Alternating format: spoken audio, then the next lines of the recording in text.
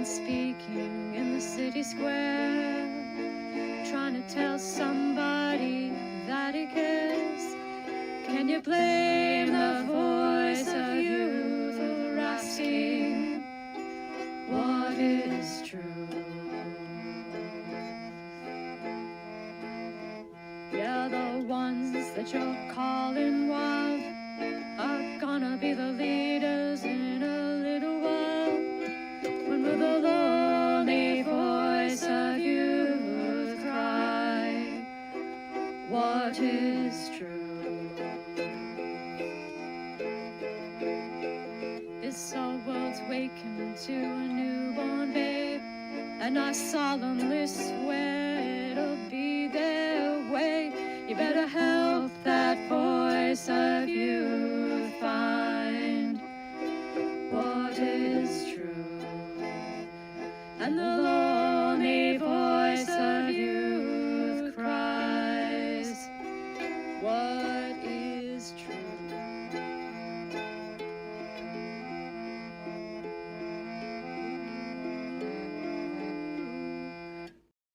Bang! Merry Christmas, everybody. The Christmas season has just begun, actually. It began yesterday, and it will continue forever or something. Hope everybody had a wonderful Christmas day. Ixnay, Merry Christmas, Yar. Yar, indeed. Anselman, we're still in the Christmas season. Happy Christmas, indeed. Well, we say merry, but you can be weird. If I slur my chat, please excuse me. I've had a brandy and cream on my Christmas pudding. Excellent. Excellent, sir. That is the correct way to do that. We will ignore any sort of slurring. Don't you worry. Don't you worry. Yeah, it's been one hell of a year. This is our final Friday, if my math is correct, and it never is. But in this case, I think I can safely look at a calendar and determine that we won't be having another pirate live stream this year. I don't want to do a year in review or anything crazy, because that is not what we do here. What we do, though, is we make sure we have our Sampel. We make sure we have a Muppet Cup. Very important. Got to have one of these mugs. Should be a link below. If you don't have one, you should buy one or 2 or 10. Very, very important. I've also got some tea here. Delicious, happy tracked tea, because we managed to get to Table Rock Tea and buy in person our Table Rock Tea. This stuff is magical. I've had it before. If you have a stomach problem, I don't know how, but that will fix it. I don't know how or why or how such things are possible. But it worked. It's worked many times. And of course, we have our Captain's mug. Beautiful Westminster Table Rock tea. So everybody should have some Table Rock tea. It really is quite good. It's very good. You will like it because it's American grown tea and it's wonderful. Anselman is apparently putting on the kettle for a wee cup of Darjeeling. I haven't had Darjeeling tea in a while. I'll have to get some of that in the house. Of course, I have 64,000 types of tea in the house already, but you know, what's 64,001? You know, I mean, yeah, I'm sure we could get more tea in the house. It would be fine. So, I am happy to announce that this book is now up on the shop. And allegedly everything works, except you can't order it in the UK yet, which is something I hope to have fixed soon.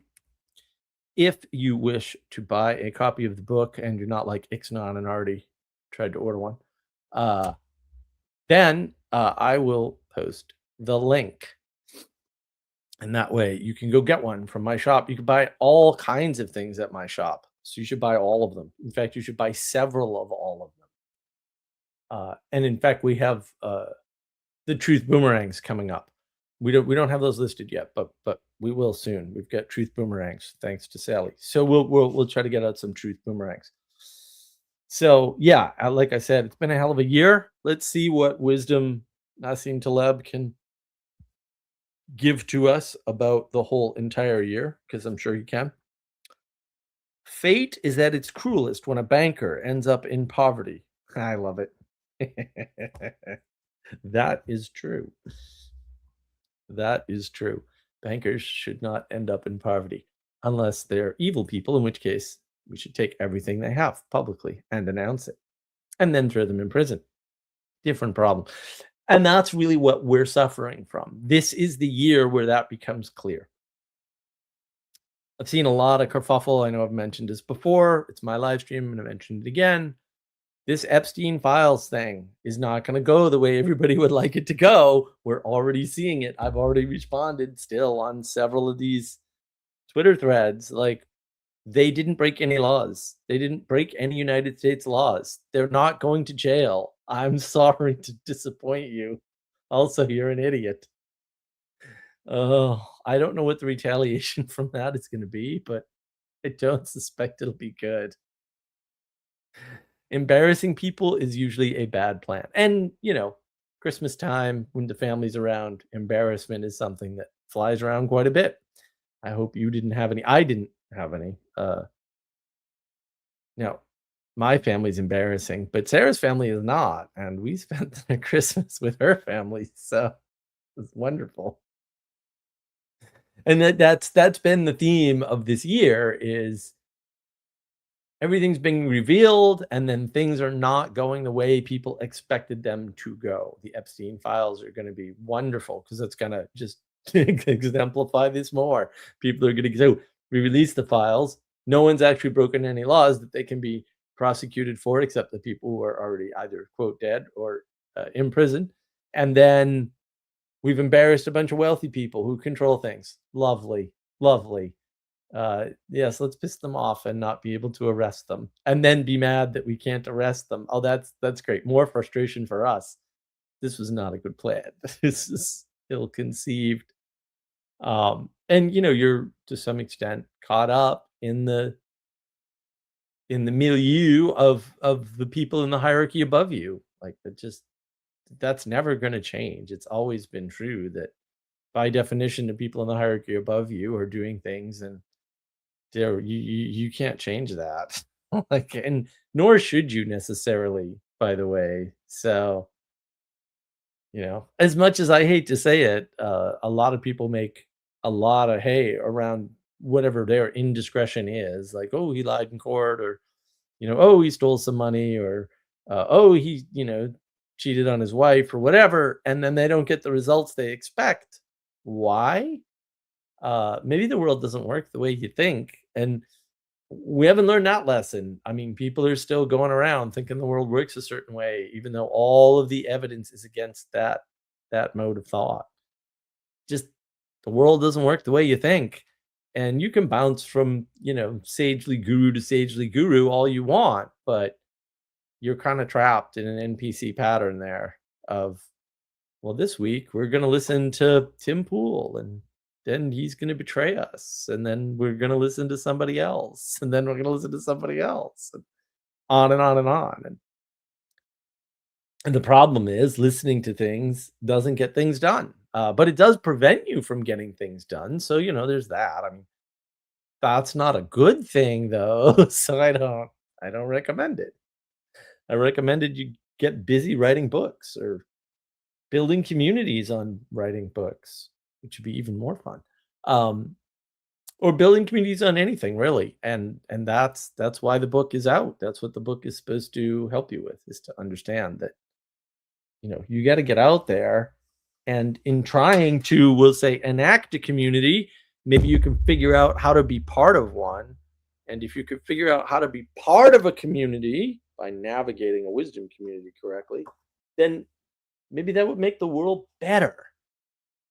Because that is the theme of these live streams in particular, if not the whole channel, hopefully, is that, you need to be better. The world needs you to be better.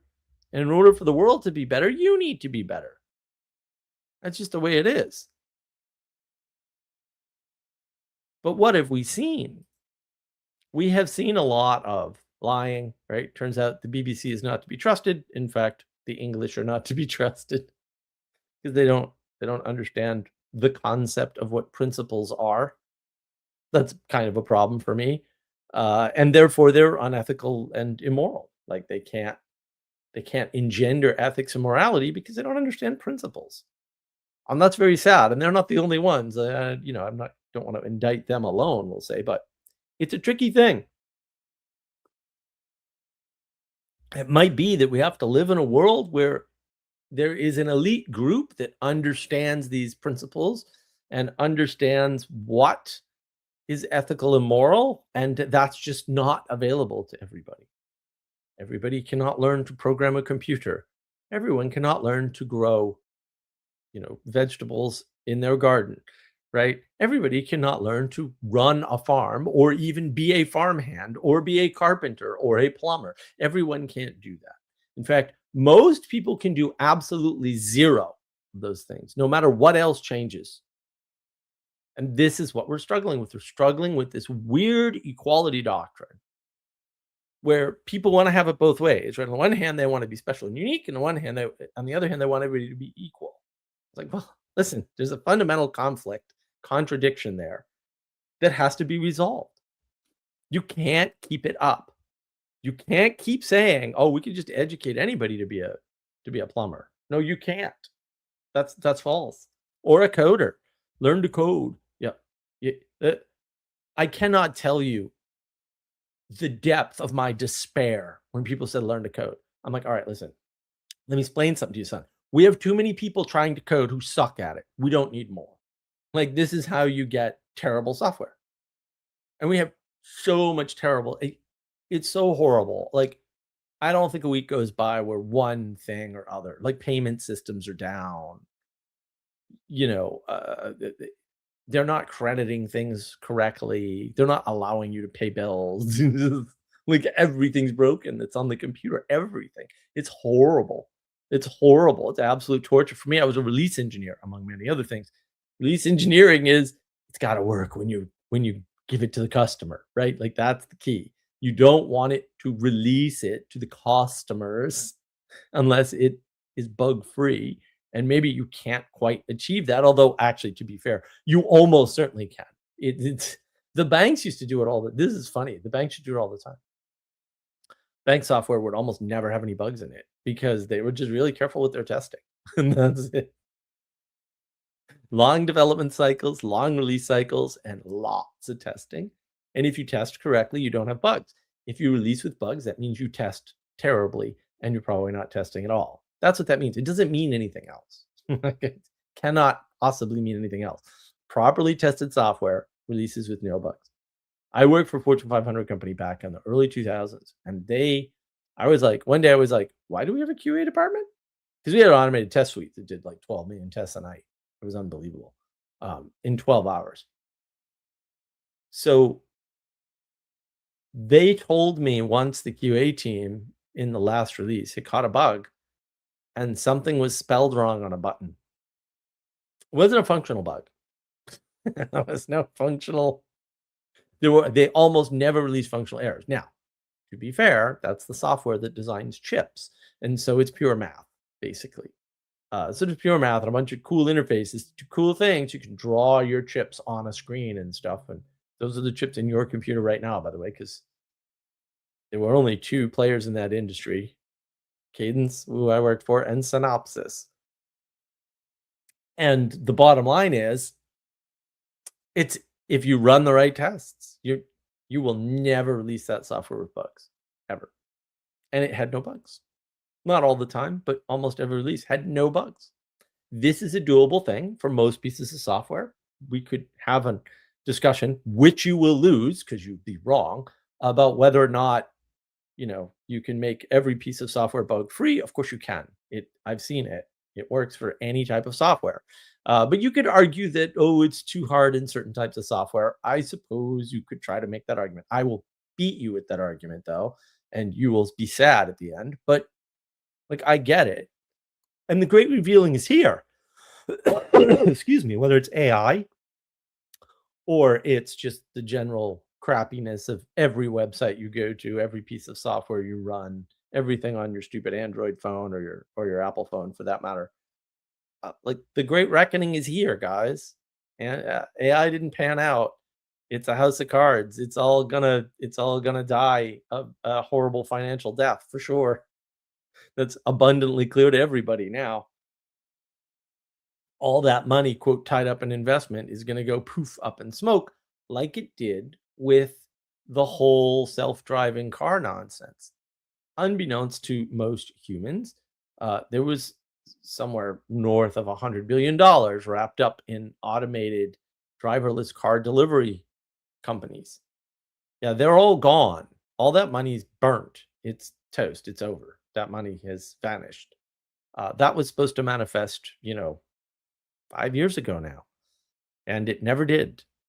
And they kind of kept it alive during fake news virus scam. Imagine that. I wonder why so many tech people were all for fake news virus scam. Maybe because they had their reputations or their financial investments wrapped up in people staying home so they could force them to get delivery from automated cars. And that's the problem, right? Like a lot of this stuff is going on behind the scenes and you don't see it. And then you see the results and you go, aha, I told you it's 9 guys in a dark room with cigars. No, no, no. We're caught in patterns. There are patterns to the world that people get caught in, that you are caught in. So many, so many. I couldn't even mention half of them if I wanted to. And I don't feel like it. So probably not going to happen.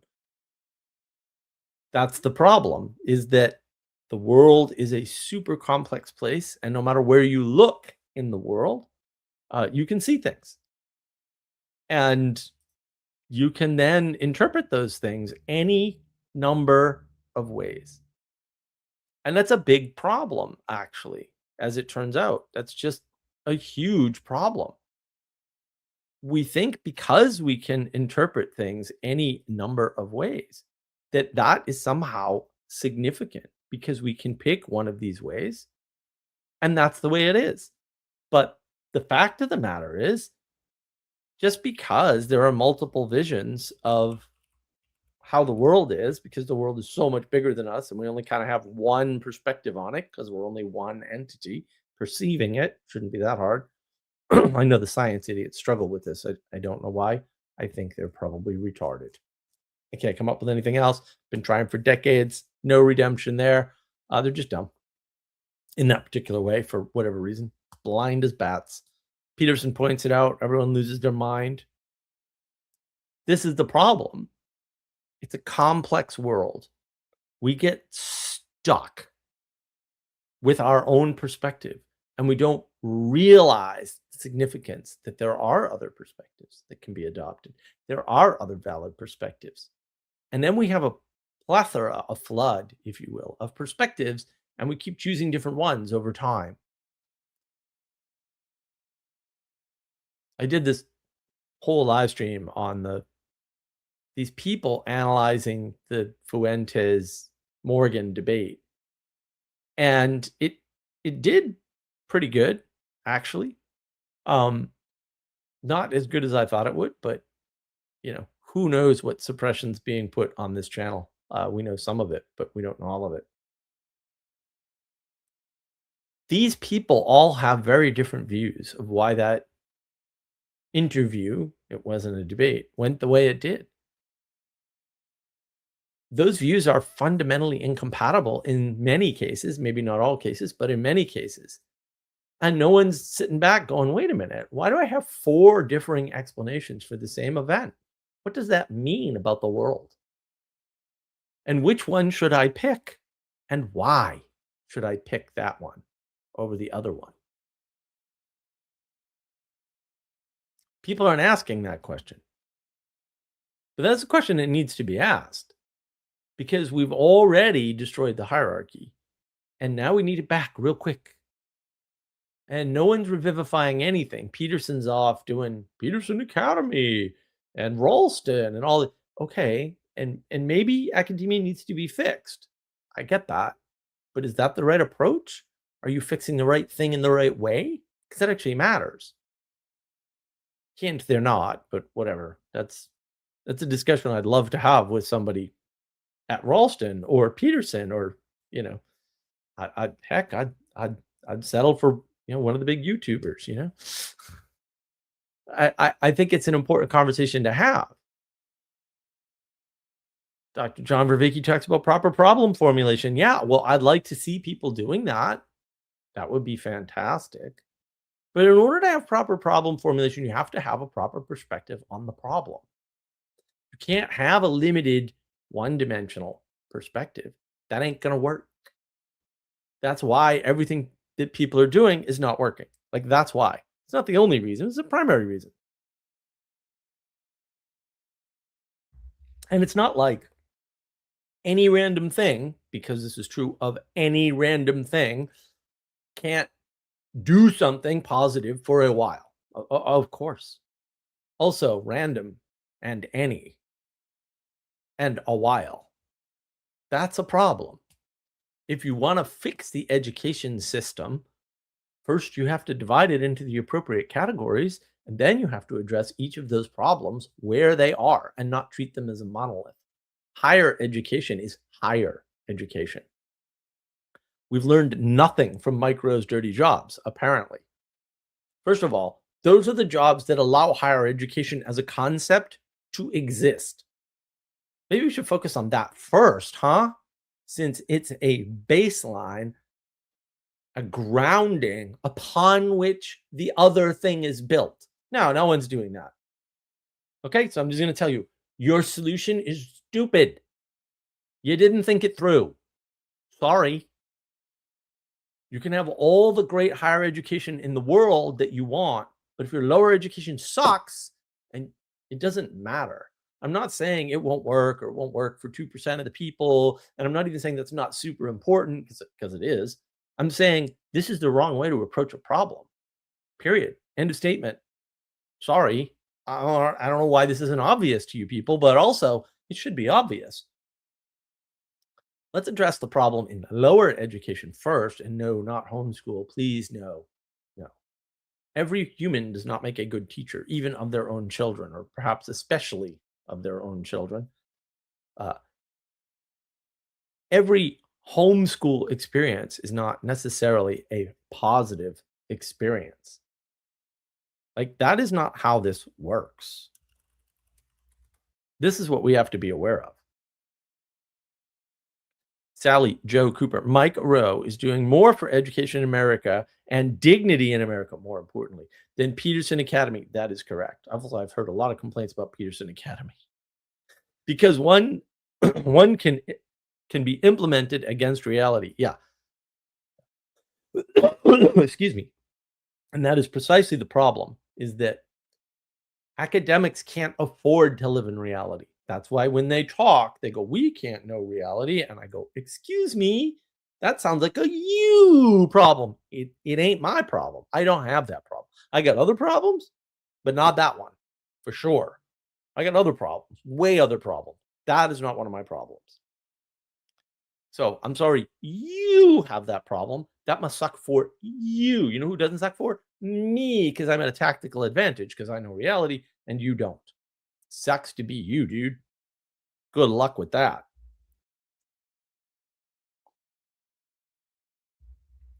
These little hints, the way people talk, it tells you a lot. And we're not paying attention to that. All right. If someone comes up and goes social justice, you can cringe because it's woke, or you can realize they don't understand how language itself works. And therefore, there are larger problems afoot. And so if, I don't know, you said the problem is wokeness, like so many people do, you're going to fix the wokeness, but the underlying, I don't understand how words and concepts go together, didn't get fixed. That comprehension, Talked about this in a previous live stream. The flood of literacy has destroyed comprehension. People don't understand. There's no way that putting the words social and justice together can convey any stable sort of idea or concept. Society doesn't exist without justice, and there's no need for justice outside of a society. You can't just smash those two words together and expect that you're saying anything, because you're not saying anything. Agnostic atheist. Are you kidding me right now? George R.R. Martin books, very popular. 2-sentence paragraphs, not compound sentences either. I'm sorry. I'm not being hyperbolic. Had I tried to write a 2-sentence paragraph, my English teacher would have murdered me. Maybe he would have gone to prison, although he shouldn't, because if you do that, maybe you should be murdered. Seriously, what is going on? That is not writing. You can't write a 2-sentence paragraph. Or maybe someone can, but it ain't you, kid. I'll tell you that much. This is garbage. Very popular books. What does this say about our reading comprehension level? The guy's an idiot. He has bad grammar, bad storytelling, bad paragraph construction, bad everything. Everything about his books is horrific. It's terrible. Terrible. I understand that it's attractive entertainment. I'm all for attractive entertainment. I don't have a problem with that. Just don't do it with a book, huh? If you're going to be a clown, put on the damn makeup. Let us know that you're a clown. Don't pretend you know how to write. Come on. Like, you're killing me here. Ridiculous. And I don't dislike Harry Potter stories, for example, but it's written for young adults. And there's nothing wrong with that, or maybe there is, right? I mean, I'm not going to go out and say the young adult genre shouldn't exist. But that could be true, by the way, and I'm not the only one who's making that observation for sure. But these are not sophisticated, well thought out, well constructed stories. They're decent enough. Love the movies. Hated the books. Hated the books. Didn't read them all. Might be because I listened to them first two on audio and I was like, I hate audiobooks. The way we ingest information matters. That's more to McLuhan's point, I think, about the medium is the message.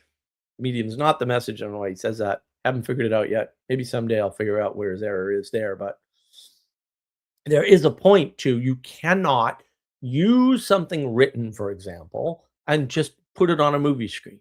That's why we have screenwriters and they have screen adaptations or even play adaptations. You can't take a play and just make it into a movie. You have to do some form of modification. You can argue, well, it's much less modification for a play to get on the big screen. Maybe, I don't know. That's not my industry. Seems that way. It's pretty clear from credits in movies. See, you don't need to be a genius. You don't need to work it out. You can just observe the world and go, there's all these plays and they're movies, and then there's somebody credited with making a screenplay from the original movie play, or sorry, regular play into a movie.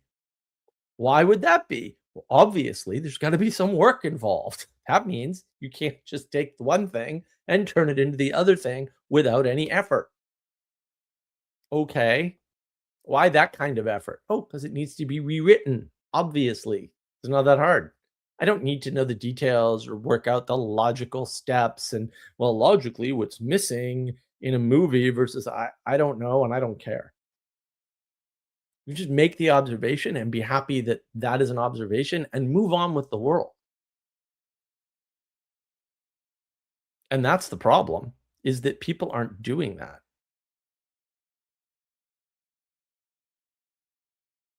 People need to start doing that. They need to start observing reality, the world, and then drawing conclusions from that observation. You can't just sit there and say, oh, the world is what I've logicked it out to be in my head. First of all, your brain is a little bit deceptive. And second of all, it presumes you're good at logic. Most people are terrible at logic. And the people that are most terrible at logic are the ones pushing a logical thought all the time. Not all of them, but actually almost all of them, which I find very, very, very strange indeed. Sally Joe, the extension of adolescence has been horrible for society. Yeah. Well, I was going to get into that. Got 99 problems and a proposition isn't one. Exactly. It's not. I'll say the young adult genre shouldn't exist. It's a fair argument that young adults shouldn't exist as a genre. And it does infantilize people. I mean, I have several videos on the evils of video games and the problems that they create. And one of them is when some half-wit academic says we can't know reality, you have to believe them if you're into video games because that's kind of true if you're into video games, right? If you play too many video games too often, all other factors aside, yeah, you're going to have a problem discerning reality. Of course you are. You're deliberately exposing yourself to a fantasy not of your making, but of your choice, which is even more dangerous because it gives you the impression that you have more choice in the world than you actually do. When I go outside, I don't get to choose if it's raining or not. I don't get to say, you know what? I'm going to go outside in Ireland when I leave my door. You can do these sorts of things in video games, not in a video game, but by choosing which video game. And that level of control is very intoxicating. And I get it. I don't not play video games. Video games are great for entertainment. You should entertain yourself. That is important, right? These things are important. But also, it's a problem because the extension of adolescence has been horrible for society. We've done that in so many ways. It's a common theme. Sally Joe, having kids later hasn't helped people raise kids better. People just practice being kids longer. Exactly. Tragic. Yeah, having a kid will grow you up quickly. It'll grow you up very quickly. Post Xmas, nice. Yes. Well, it is post Xmas. That was kind of unavoidable because Friday live streams must happen. Um, you may notice, of course, I'm not doing a script. Not only was it a busy week, but I have been sick all day. This is a small miracle. That's why I scheduled the stream late because I was like, are we going to cancel? I don't know. But the show must go on, as they say. So we'll drink our happy track tea. Hopefully that'll help whatever's causing my head to feel like it's full of something. Cotton candy, maybe? I can't tell. I mean, that's just cotton candy. I like cotton candy. We're living in a world where simple observation doesn't work. You can show people pretty much anything that is actual, and they just ignore it. Flat out didn't happen. I saw an interesting video. It's so tragic, right? It's what is it? Malcolm Collins of the Collins lesbian group there. My goodness, what a disaster they are. Talking to a journalist, and the journalist is just basically denying that evolution, or sorry, that genetics has anything to do with the differences in people, which, I don't like genetics, but also that's a bridge too far, even for me. And the thing is, he's doing a terrible job, but it should be obvious to anyone that genetics is tied up in differences between people, such as skin color. That's one difference between people that is definitely tied up with genetics pretty freaking clearly. And this woman journalist could not go there. But he was not doing a good job defending it. First of all, when somebody says something outrageous like that, the answer to that is no, you're wrong. Period. And you don't need a more like nuanced answer. You need to tell them, no, that's wrong. Your facts are incorrect. You are lying. That's what you need to do. And you need to do it over and over and over and over until people get it. And you may be sort of like, why or how? Because this is what we're fighting, right? My last video that I released on my channel, my last recorded video, which if I don't start to record something, I'm not going to have one next week. But we'll see what we can do. Hopefully this weekend I can figure out something to record. Once somebody is enchanted by a narrative, you can't convince them with facts and evidence. There's a technical reason for this, and maybe that's what I'll do my next video on, the technical reason why this is true.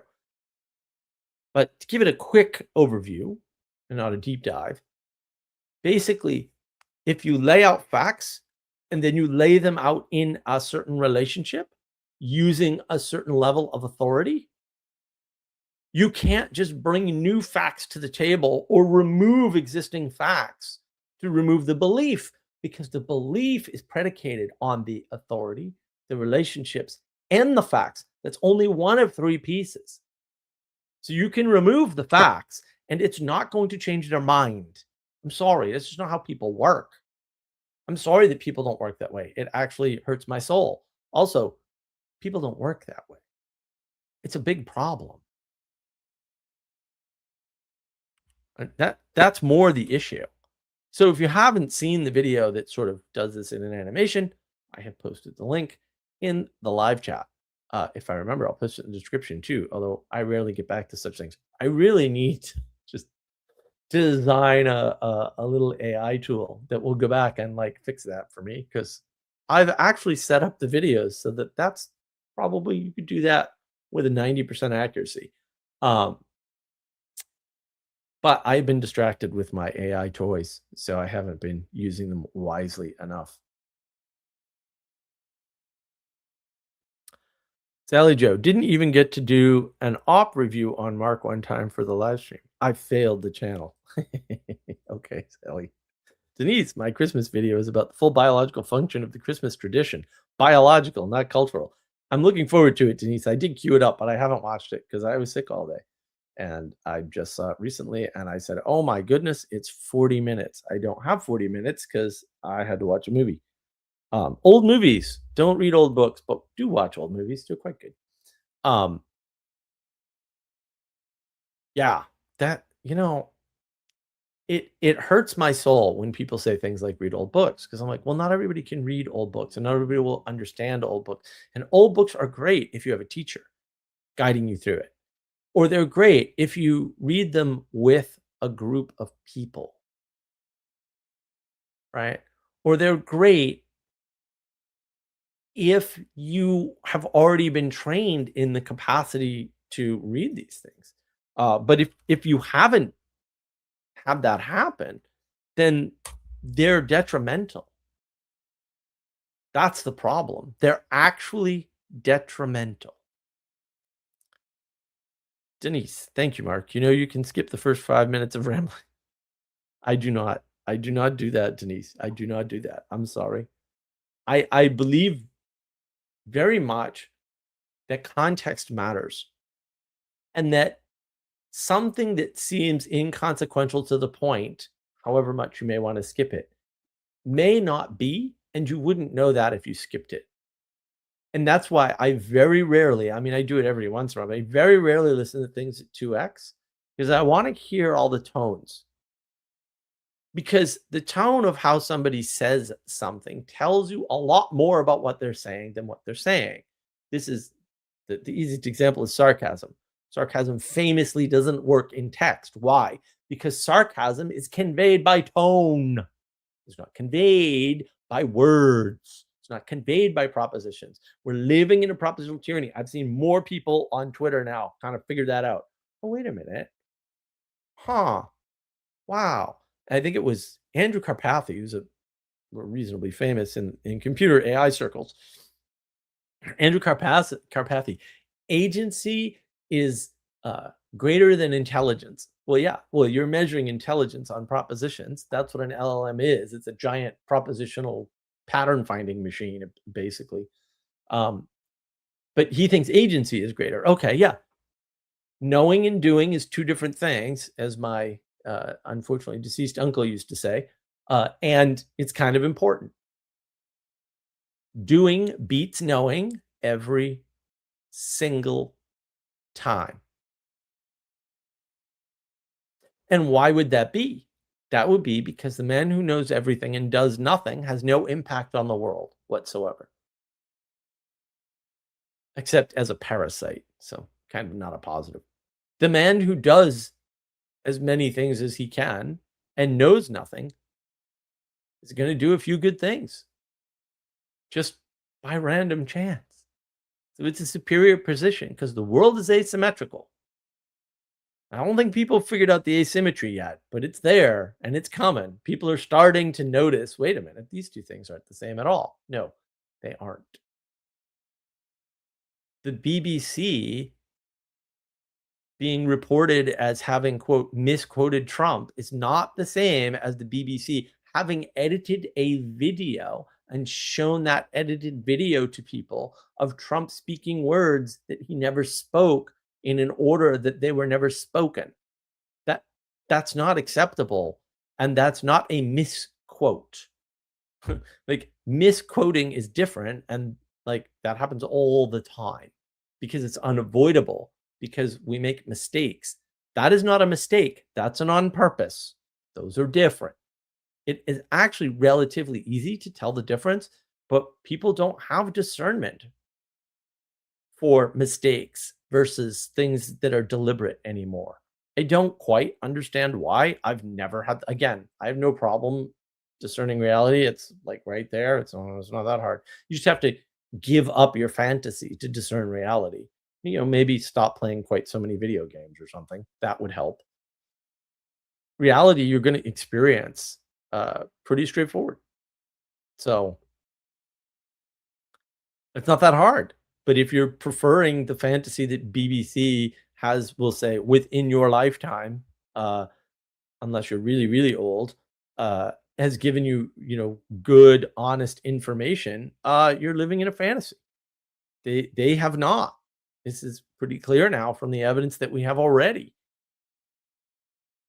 That's sad and bad and like evil and stuff. But also, yeah, we have to deal with that. We have to do something about it. Journalism has been lying to you longer than you've been alive. That ain't good. Denise, I'm going to start asking Grok to give me day's news in limerick form. No. I think Nassim Taleb has this right. You look at the news once a month, and all the news you look at has to be more than 30 days old. That's the best way to get accurate and precise information about what happened because things take a while to unfold. We don't like that because we're living in instant gratification hell. But also, don't do that. It gives you a short attention span. You shouldn't be instantly gratified all the time, or even most of the time, or even terribly often, because it's bad for your ability to discern reality. It's bad for your ability to be logical. It's bad for your ability to be rational. It's bad for your ability to be reasonable. You don't have enough time to think these things out. You think you do. Feels good. Anselman, a cemetery is a graveyard in Scotland. Where? What part of Scotland? Everything is a graveyard in Scotland, to be fair. And there's zombies in Edinburgh, so don't go there. Oh, hold on. Anselman, DeSantis skeleton count as a relic? Yes. Sally Joe Cooper, presidential addresses should be once a month and formal on video no matter what's happening. That is true, Sally. I think that would be a good idea. Or maybe once a quarter, but the government should be saying something to you once a month for sure. I think that's part of the problem. You know, we have all these discussions about, is Santa real and is Christmas a pagan holiday and all this utterly irrelevant nonsense. And yet there is the original uh, movie Miracle on 34th Street, which I recently watched. All of the answers to those questions are in that movie. And all you have to do is actually just watch that movie and listen very carefully to what's being said and how it's being said and realize that the movie is just correct. Like, and then the confusion goes away instantaneously. Like, honestly, that's all it takes. Just watch that movie. It's, you know, it's a great film, right? It just explains it all. It explains it all rather nicely. Sally Joe, also the capital be relocated to Kansas. No, materialist. Anselman, your new neighbor had them. Why? Why? Why are we talking about the relics of Saint Nicholas or Santa Claus, Sinterklaas? It's interesting that even the symbolists get this wrong. Santa Claus is an amalgamation representation of a bunch of different things that are good. And the way you know they're good, the way you can discern what is good in the world is in Miracle on 34th Street. You have to notice that basically the material things do not line up better except for the reality of Santa Claus existing. And that is 100% clear in that movie. Jonathan showed a while back, and I didn't get the link. I thought about it and then was too sick all day.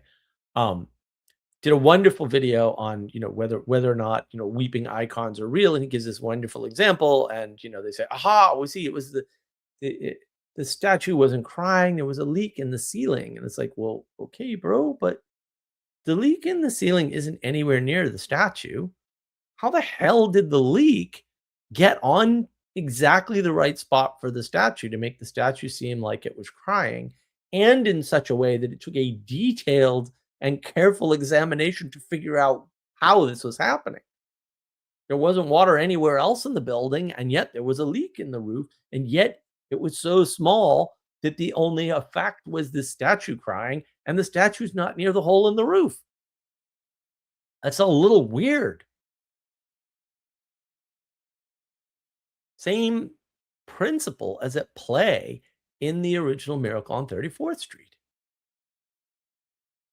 You get to hear the thoughts, or see and hear the thoughts of people as they're engaging with the idea of, is this person in front of me actually Santa Claus?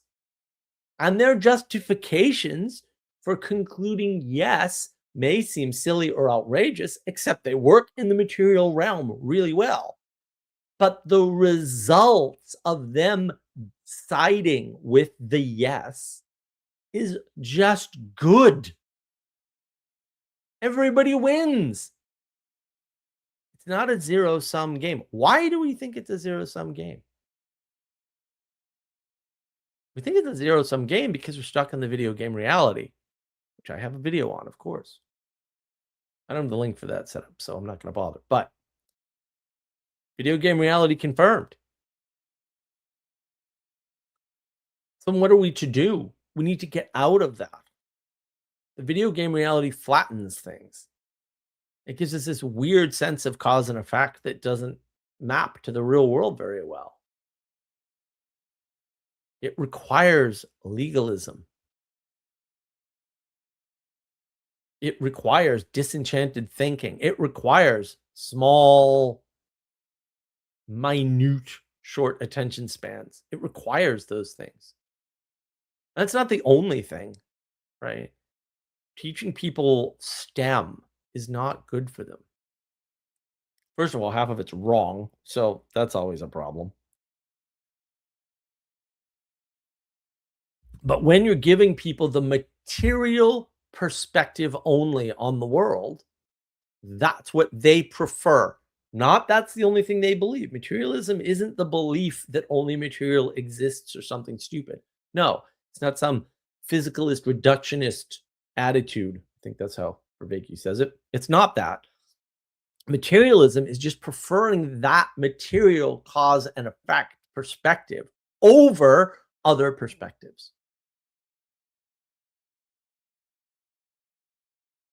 And that's the problem, because materialism has an issue. Oh, all right. It's Ninja's video. I guess Anselman watched Denise's video already. Excellent.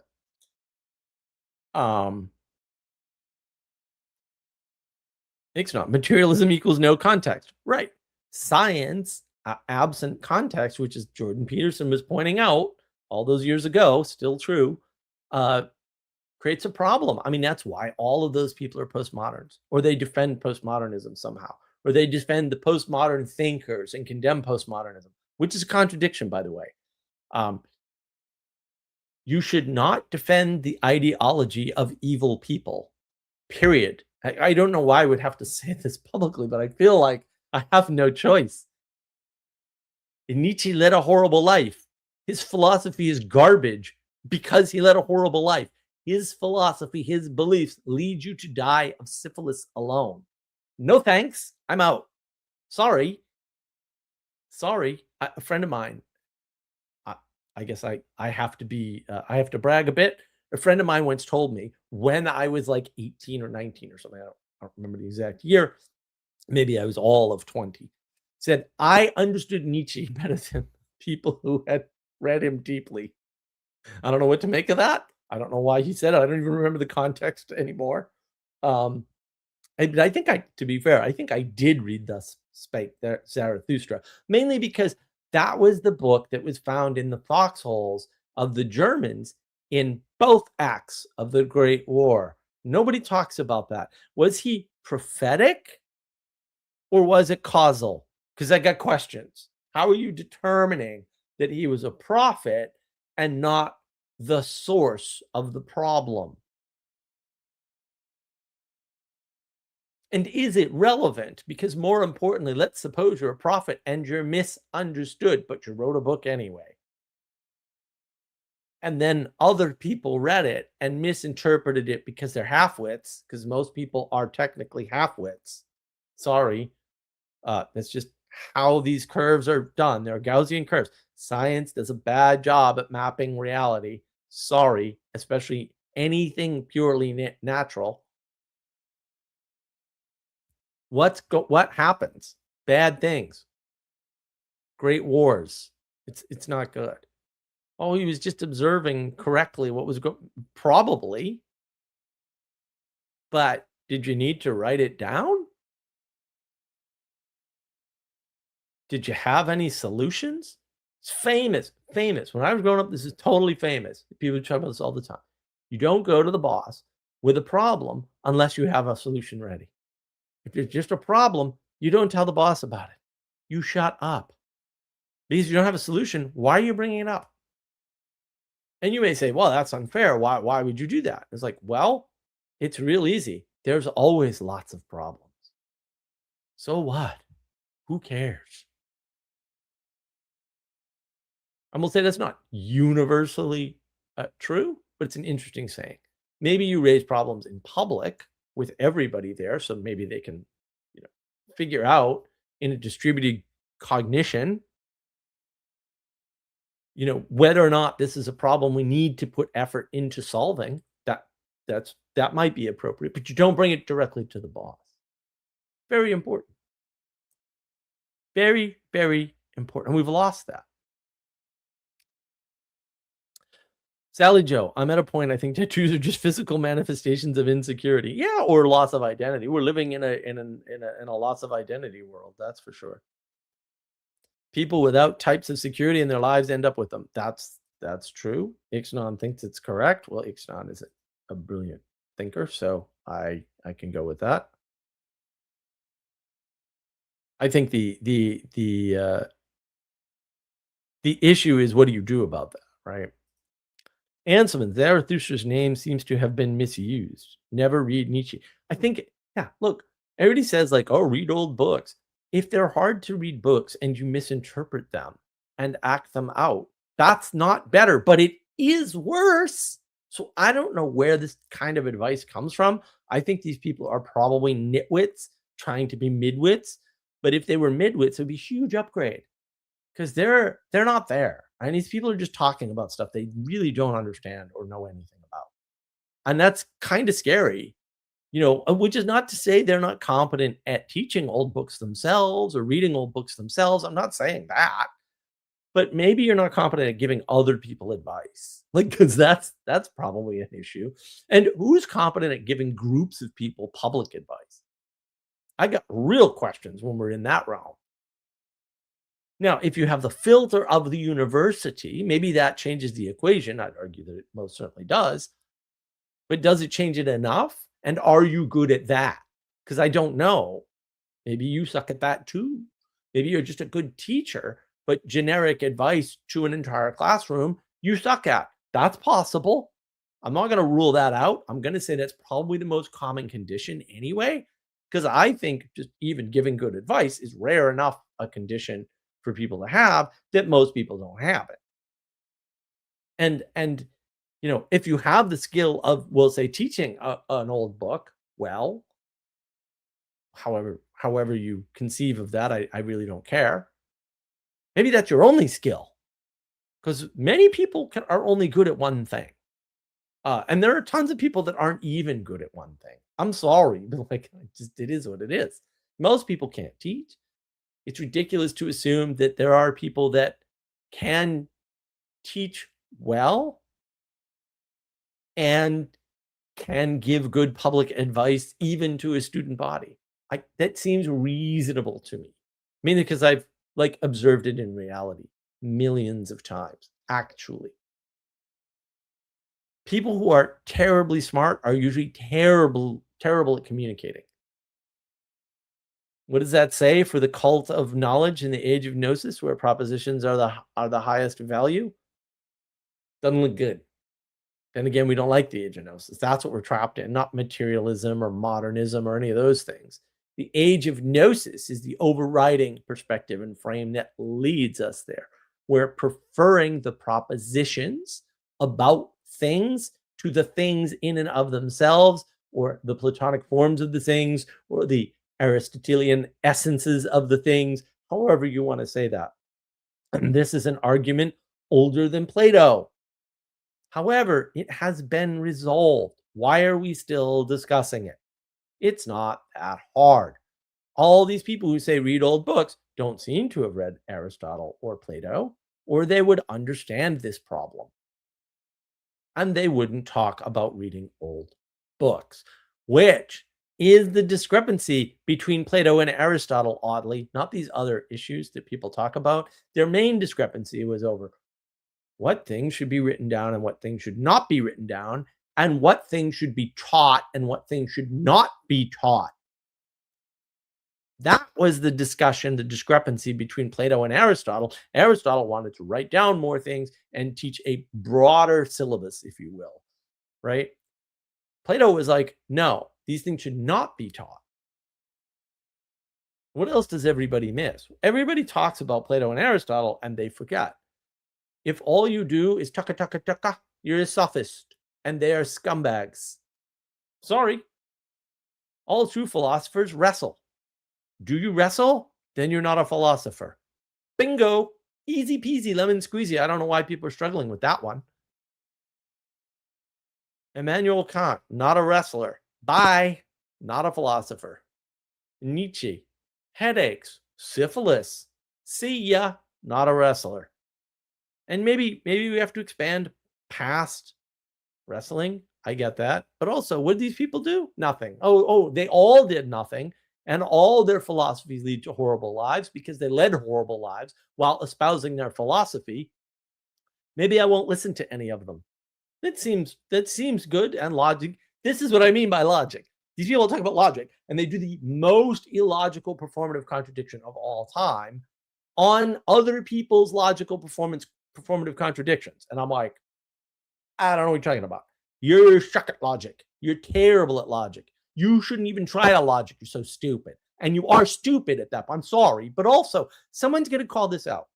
Fake news virus scam, lots of stupid people who need to shut up. Which is the world we're living in. We're flooded with half-wits and nitwits that are spewing garbage left, right, and center because nobody will tell them, sit down and shut up. You're stupid. Sorry. But we have to do, it's censorship. Yeah. Oh, burning books. Burn all the damn books. Thank you very much. Absolutely censor people. You can't let mentally ill people chat. They're all like, oh, democracy is good and everybody should have free speech. And I'm like, did you learn nothing from Adolf Hitler? Hitler was elected. on the strength of his beer hall speeches. Are you stupid? Why? Why are you holding Hitler as the bad guy and simultaneously telling us censorship is bad and democracy is good? No, that's a contradiction. You can't have both. You've got to pick something. You're a moron. Why do you think Fuentes is popular? Because you're lying. And he can sense it. Maybe you can't nail it. Maybe he's not the guy to sit there and go through the data and give it to you in the logical fashion that proves why you're lying. Fair enough. Maybe he's not that guy, but he's doing his best. I don't like him. Would I have him on the internet? Hell no, for lots of reasons. But we're here now, and he ain't lying. That's a plus.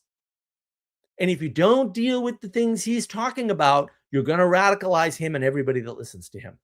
You do not radicalize people by giving them bad ideas or saying Heil Hitler, any of that nonsense. That does not radicalize people. It's never radicalized people in history. I'm sorry.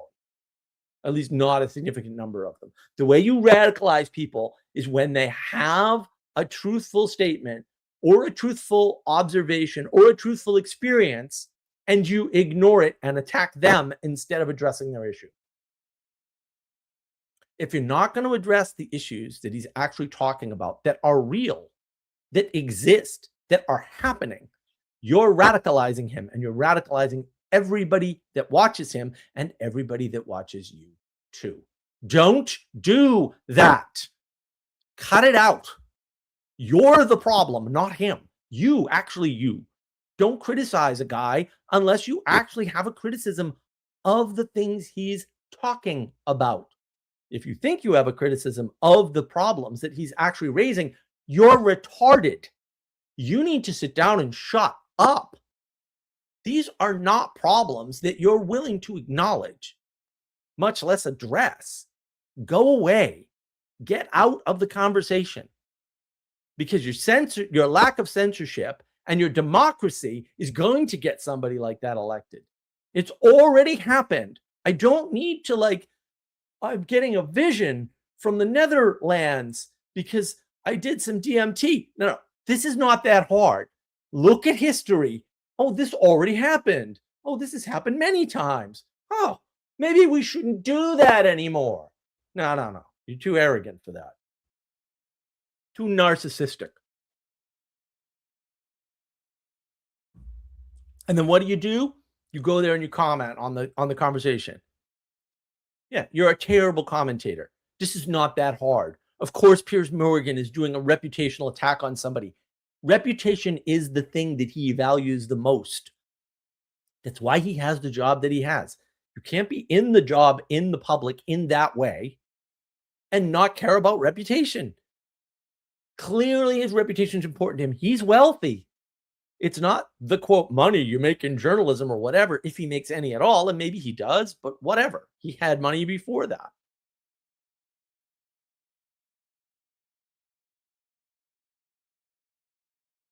That's the problem. That is the problem.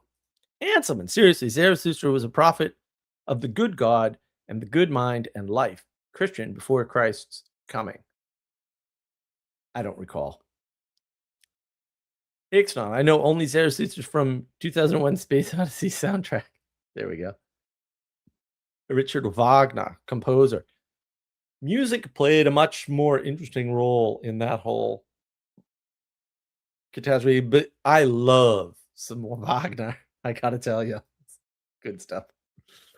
Richard Strauss, composer. I think it was based on Nietzsche's book. Well, a lot of stuff was based on. This is the other part. They talk about read old books. It's like, but not all old books are good. Like, what are you doing?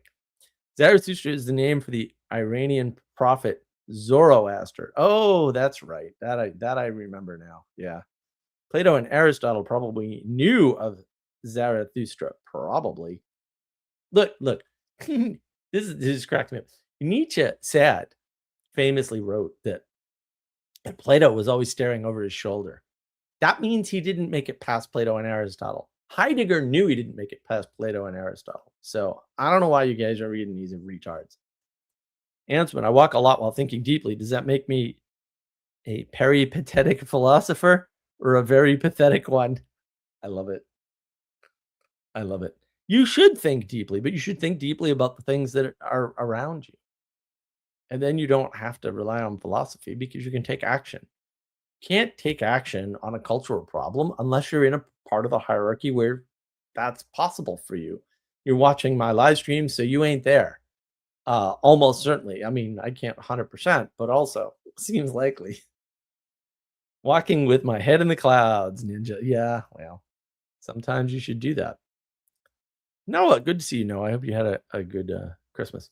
Censor them by sending them to the censitive ship. Yeah, well. Ixnon, walking is good, even if thoughts don't connect to the world. Exactly. The proper way to do thinking is not sitting in front of a screen or while reading a book. The proper way to do thinking is while being grounded in nature. Like actually walking is a great way to do it, or running. The proper way to do it is not to meditate in nature either. That is dangerous. I've talked about this before. I'm a big fan of meditation for certain people in certain circumstances. Panda person. Oh, good to see you, Kirk. I hope you are well. I hope you had a wonderful Christmas. Speaking of music, do you enjoy the music by Leonard Cohen? No. I do not.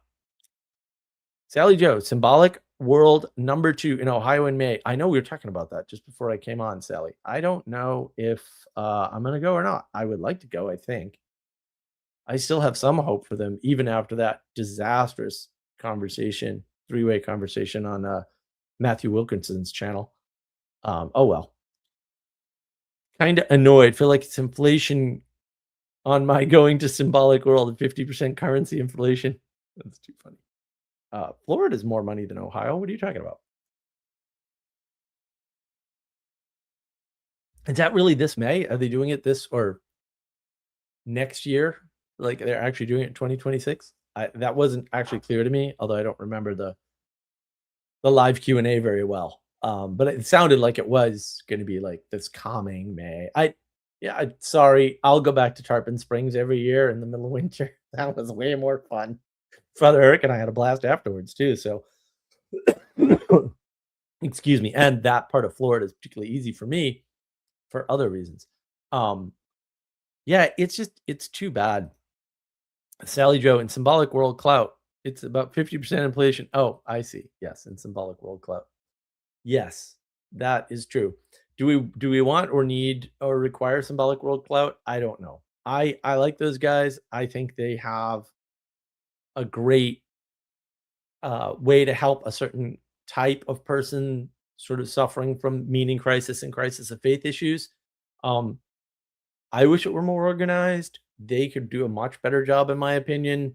There's a lot of holes in their thinking, and they're a bunch of budding elitists, which isn't great.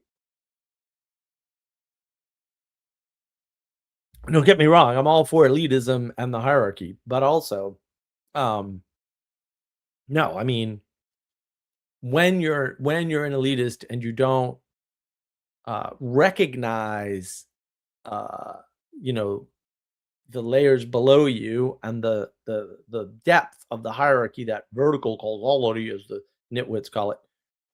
At least that's accurate. It's reasonably accurate. Vertical causality. It's a big upgrade.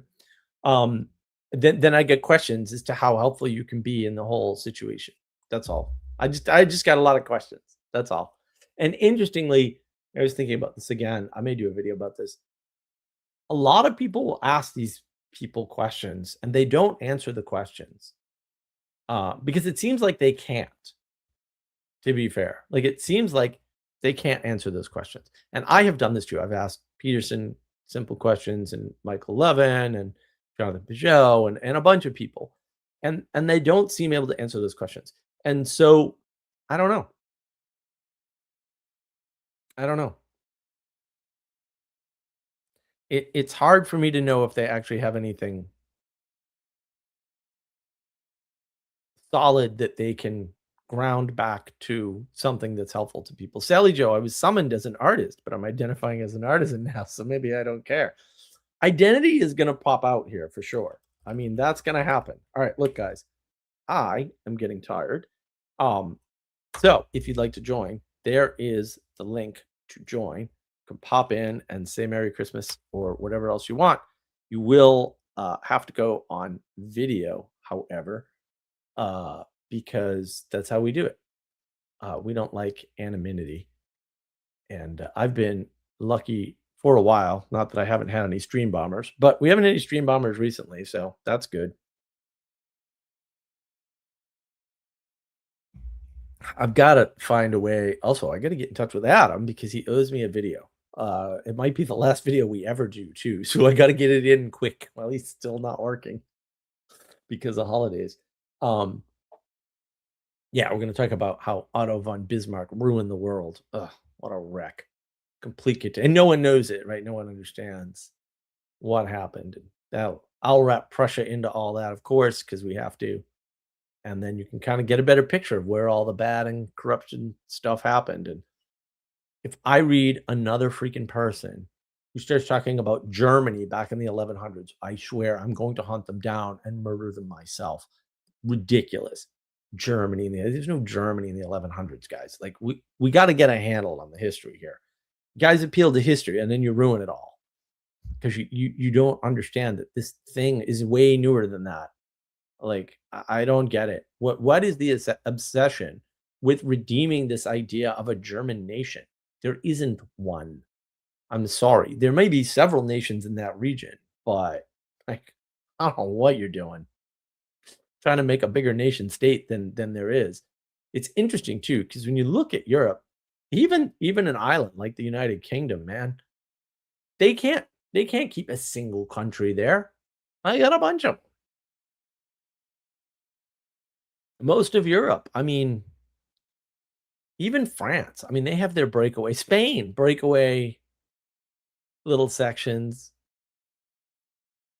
Canadian provinces. The French Canadians want out from the other two lunatic groups. I don't blame them. French Canadians are good and everybody else is not. So,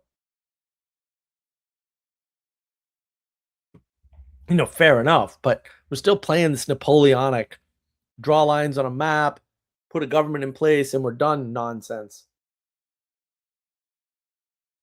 And I got to tell you, that ain't the way it works. Germania was a region anciently, no? Kind of, but it was very small. And they don't use it to designate region in Latin, as far as I can tell. Like, seriously, Anselman, like, there was one article I read because I was doing some research on Prussia, which is a more interesting thing to talk about than Germany, by the way, because that's what bore Germany. What ends up happening is that they actually said in the article, like in the thing I was reading, like for real, like no word of a lie. I'm not exaggerating anything. They were using the term Germany and then saying, oh yeah, this Roman emperor talked about this region.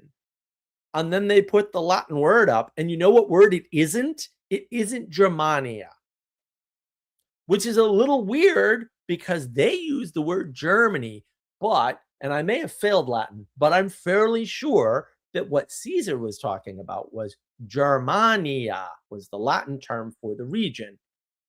But was it for the region or was it for the language? Because the linguists claim it's a language distinction and has nothing to do with region beyond the fact that a bunch of people spoke a language, and then they usually backpedal and they go into, well, it's not one language because there's these Germanic languages, and it's like, oh my goodness, here we go again. Well, what is it? Because the language, you could always make the argument, and people do, well, the language makes the nation and the country, and fair enough, maybe that should, but there isn't one language in that region. There may be a Germanic set of languages throughout that region, but it ain't one language, kid. So you get some explaining to do. And then in the same article, they went further and talked about a different region in Germany. It said Germany again. And then it pointed to a different Latin word. And I'm like, okay. And I'm looking up the Latin words because, like, this isn't that hard. We have the internet and stuff, right? We've got all this magical, stupid technology that I actually use. I got questions as to how many other people ever used it correctly, but whatever. Different problem, different live stream. And it just turns out that these are regions on the maps that the Romans had, and they're in the region of what we would call Germany, and they were not calling that area Germany. I'm sorry. Like, I don't know why. This is hard for people. There's no Germany until Otto von Bismarck. I'm sorry. It doesn't exist on any maps before then. Like, really? Like, I'm sorry, but it's not there. There's no evidence for this. There are maps drawn later, and usually they have Germany in parentheses, and I'm like, well, when was this map drawn? Oh, way later. Okay, I see. So you're claiming that there's a heritage to a place called Germany that's much older than the instantiation of the place. Why are we doing this? Hey, people talk about psyops. I'm like, let me tell you a psyop.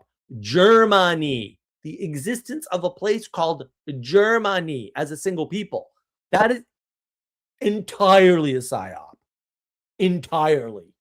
They are telling you over and over again and rewriting all kinds of things, redoing maps, phrasing things funny over and over again to make this fantasy real. It was never a place. I'm sorry. Not of that size. There was a Germania, a little tiny place. The seeds of what became the modern German nation state, country, whatever you want to call it, are purely Prussian. Period. End of statement. I'm sorry. The history is 100% clear on this, guys. 100%. Yeah, they're claiming an ancient tradition that everybody would have heard of because Caesar, what does that tell you? They're mimicking the Roman Empire. A lot of what people are doing is mimicking things like the Roman Empire or the city of Athens. We're still stuck in those patterns at that layer. So there's a big layer, moves really slow. That layer is just copying certain patterns. And that's what's happening there. There's no Germany. Germany is the newest country in the world. It didn't exist before the 1800s, I think it is. It wasn't there. There was the Holy Roman Empire and a bunch of regions, and in each of those regions, they had their own sovereign governments. They were kings, granted, but this fantasy that Germany reaches back and the Reich reaches back. Oh, wait a minute. Isn't that how we got the war? It is. Why are these people supporting the mechanism through which Germany justified world war?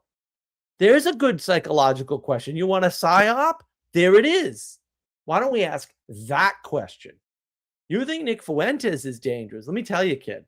You get me on that stage.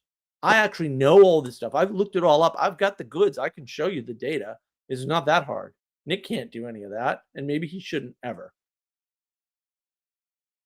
But this World War II mythos bullshit that I have debunked in prior streams and videos, it's nonsense. It was never going to hold. And holding it up in place of ethics and morals grounded in virtues and values is going to fail. Since we seem to be at a point where at least none of the English seem to be able to understand what a principle is, and therefore stray into amoral and unethical behavior on a regular basis, what are we to do? The BBC is a news source for everybody who isn't in the United States. And they've been lying and fabricating things left, right, and center. To what degree, we don't fully know, for decades. This is a huge problem. Huge. Very big. And it's not like I'm for, well, we have to tell everybody the truth. That's not my attitude. Also, fabricating things is bad, especially when you're fabricating negative things about a positive event or person. That's evil. It's not evil, and it's not redeemable by you, me, or anyone you know. So don't try to do that either. I will take you to the floor on that. You will lose. You will be pinned instantaneously. Anselman, Franconia, that one I don't know quite as well. Denise, in those days, borders were not physically on land, but were psychologically right. Yeah. I mean, well, look, the idea of nation is lost to us. And the Irish appealed to this in their Declaration for Independence. The ancient idea of nation is super important. We've strayed from that. As near as I can tell, it's Napoleon's fault primarily. So we're following Napoleon and trying to enact Rome using the rules of Napoleon. That's what's happening. I mean, part of it, not all of it, but a good part of it is just that. And these things are not that hard to understand. So Sally Joe, it's a German psyop. Yes, it's a German psyop, indeed. Young God, nicht mein Deutschland. Well, that's the other thing. There's the Dutch who live in Deutschland too, I think. Depends who you ask. Anselman, the Franks were Germanic, and France in German is Frankreich. There's all kinds of problems linguistically, but for them to appeal to anything before Bismarck is absurd because it didn't happen. Don't blame the English people, blame the establishment. Well, I don't think so. I'm gonna say this is where the points of the individualists are actually correct. Like, you for yourself need to be able to discern right from wrong and good from evil. I understand that that has been taken away from a great number of people on the order of several generations now, perhaps. Don't know. At least 2, probably 3. But that doesn't change where the responsibility lies. And this is where, you kind of have to somewhat support some of the ideas of Protestantism that leads to individualism, where no, you are responsible for that, not the king, not the government. You are responsible for that. Now, you should have help from the Holy Roman Catholic Church because that is a distributed cognition that has lasted through time and so is evolutionarily superior. That's why I don't understand why these people are confused. It doesn't matter what frame you use, it all leads to the same answer. Just like in the original miracle on 34th Street, doesn't matter what justification you use, Santa Claus has to be real because without that, good things don't happen. Oops.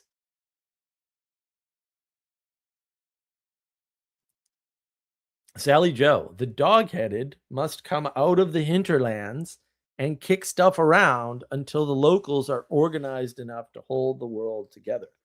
What dog-headed are you talking about, Sally Joe? These are for sale, by the way, on the store. So you should buy little dog-headed books because they're great.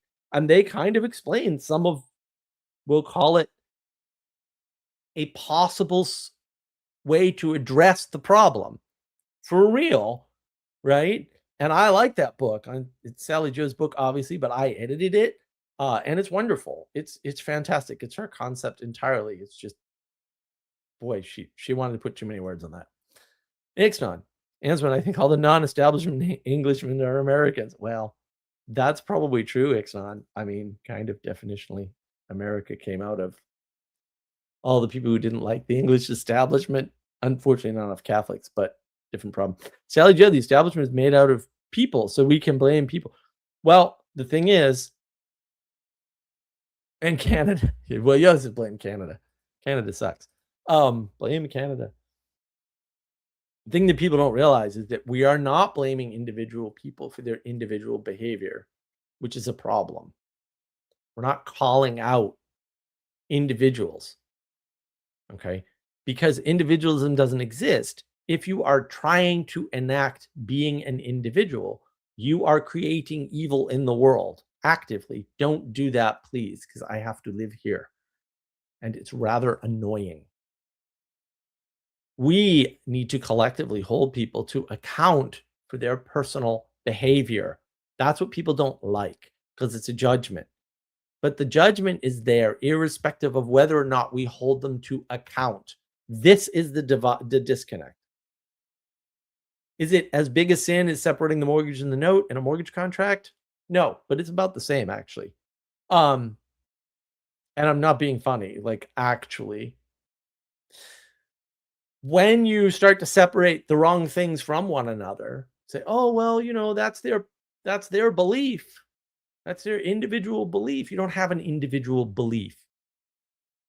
Anything you believe has to be wrapped up in the world into which you were born, which is some kind of created order. This is why you need to start with creation. And this is why when people make those arguments, they have to be creation deniers. These arguments don't make any sense at all, any of them, if you understand there was a pre-existing created order that was here into which you were plopped or thrown, if you want to use stupid language from retarded Nazis. That happened. You were born. I get it. Also, being is good. So why are you creating a problem when one doesn't have to exist? This isn't that hard. Ansman, blaming a whole nation ethnicity for the faults of their leadership is not appropriate. Okay, I'm not. I'm telling you, I've talked to people like individuals and watched them, and they are all immoral and unethical. They don't have an idea of what principles are. It's a big problem. I had a huge argument with one of my dear friends on the Discord about this. He just actually could not understand that a principle doesn't change based on different examples. Could not understand that at all. Incapable. Brilliant otherwise. Smart, far smarter than I am, for sure. Could not understand. I'm like, no, changing the example does not change the morals and ethics of the problem. I'm sorry. Could not. Not the only one, right? What the example was the example that the other two idiots used. I was like, holy cats. No wonder why the BBC is doing this. They've probably been educated the way everyone else has. They don't have principles. They're incapable of thinking at the level of principles. And maybe that's okay that everyone can't do that or something. I'm fine with the hierarchy. But then you got to shut up when there's an issue of principle or ethics or morals, and go talk to somebody about that and not try to do it yourself. The do it yourself is the problem. The only thing you should do yourself is take responsibility for your personal actions. That's what you should do yourself. Everything else you should not do yourself, because it's not just you. Why I would have to say this and lay this out logic. This is why it pisses me off that people start talking about logic. I'm like, you guys are talking about logic and you can't do any. You're actually bad at it. Like, my goodness. Like, why is this hard? And you want more logic? You suck. If logic is the game, you've already lost that game, kid. You're out. It's over for you. Like, why would you want more of this? This is not going to help you. It's not going to help you. Westminster Tea might from Table Rock, but beautiful. You can order it online. They'll ship it to you. They're great people. Didn't get to see them while we were up there, but we did take the tea tour again. It was wonderful. All right, now I have to. Anselman, shall I start to recite the crimes of America under various presidents? Go right ahead. We don't have any. Sally Joe, in America. Right. Yeah, I mean, look, reciting crimes doesn't do anything. Crimes are a reality, and that's true and universal, right? Not being able to understand what a principle is a big problem, because it excludes you from the discussion of ethics and morality, which is also not a big problem as long as you're not trying to have that discussion while not understanding principles. Again, like, this hierarchy is right there, right? So somebody's got to think about the morals and ethics and work that out. Somebody below them has to understand that well enough to enact it with principles, and somebody below that needs to shut up and do what they're told. Sorry, I don't know what to tell you. Like, I don't see any other way this could work. It's certainly never worked any other way in the past. Ixnon, The leaders need to be punished as examples, right? When leaders do something bad, they need to be punished. You need to go to the BBC and shut it down immediately and get rid of all those people. First of all, they actually broke the law. So that might be a hint. Like, they've actually broken laws. We could throw them in jail just using the legal system. You're not even doing that. Like, what is happening? You got to at least do that. Like, this is like the lowest possible bar. Oh, you've admitted to breaking laws in emails, in responses that you didn't want to show to people because you didn't want to conform to the Freedom of Information Act. You spent $1 million making sure this guy's book doesn't get released because it makes you look like the scumbags you are. I don't know, throw them all in prison tomorrow. Why is this a problem? They've actually broken laws with no statute of limitation in England. They would have statute of limitation here for sure, but whatever, you have the tools, use the tools. You don't bitch to me because everybody does bad things. That's not going to work. Unlike Epstein, where we can't actually prosecute any of those people because they didn't break any laws. Oops. They may have done something morally reprehensible and totally evil, but they didn't break any laws. But we're not even doing the breaking of laws gets you thrown in prison thing anymore. We've got big problems. You can't do the moral trick until you at least do the legal trick.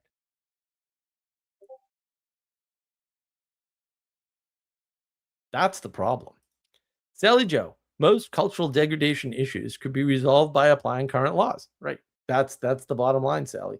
We could just actually take the laws that we have and enforce them, and that would solve a bunch of these problems. But no one's doing that. No one's even interested in doing it. No one's even discussing that. No one's discussing, hey, our legal system's totally broken and we have massive problems. Like, I get the whole arguing over what federal judges can do and all this stuff. That's garbage. The bottom of that pyramid is rotten. There ain't no pyramid to hold up. Okay. You've got to brace the bottom first. You can't sit there and see the most obvious examples and get all upset. That ain't gonna work. You shouldn't be having discussions about what is legal and what isn't legal and what is ethical and what isn't moral. These things should be evident. And if we can't act on the evidence or the legality, we're screwed. In the past, not everything went to a judge and jury, even in the United States. That is not how that happened. If it was a public activity that the community was impacted by, they didn't have a guilt or innocence trial. They may have had a punishment trial. They did not have a guilt. You did not get to plead. I'm sorry. Right? If they had like letters about something that you wrote because they seized them from your house, you don't get to plead guilty or not guilty. That didn't happen. This wasn't that long ago. You just went to jail and awaited a trial for your punishment for doing the thing. We didn't argue whether or not the thing happened. We have the evidence that the thing happened. Why do you need a trial when something happened publicly or something is recorded? You don't need a trial for that.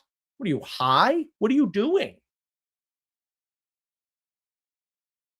You know what that leads to? That leads to people going, you know what? We can't tell someone's intent, even though it's written on a will and it says my intent is, and it's signed and witnessed. We don't know someone's intent. Christopher. Hello.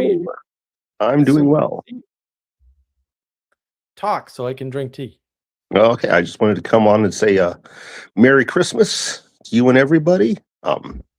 Merry Christmas to you. Merry Christmas, yes. How was everything? How was your Christmas? Christmas was good. It started snowing again this afternoon, so that's good as well. And yeah. I can't agree with you on snowing being good, being in South Carolina for that reason. Like, no more snow, no more shoveling. Thank you very much. Well, that's why you're in South Carolina and not in Alaska, so. I do want to go to Alaska, though, because you always see the beautiful shots. And I used to watch Gold Rush. Well, I still watch Gold Rush. I love Gold Rush because that whole area. Although they're not in Alaska anymore. They're just in the Klondike. But there used to be mines in Alaska. and they used to show the Mhm. vistas, and they're so gorgeous. I'm like, that doesn't look real. I got to get out there and verify and validate for myself.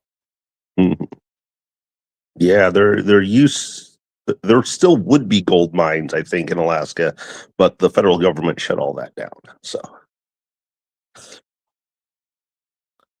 Oh, I don't know. They they but reopened one of them like 2 years ago on the uh, show.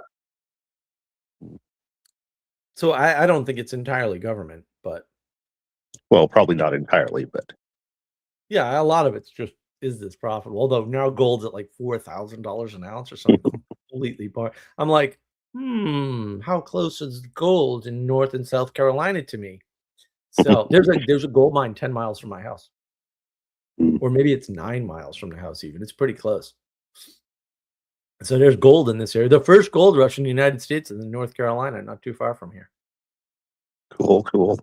Yeah, the city of Charlotte has a problem 'cause it's been expanding and they keep building these houses, and a few of them have foundation problems because of old mine shafts that are undocumented. So they just build over these shafts that are way under the ground. They know nothing about them.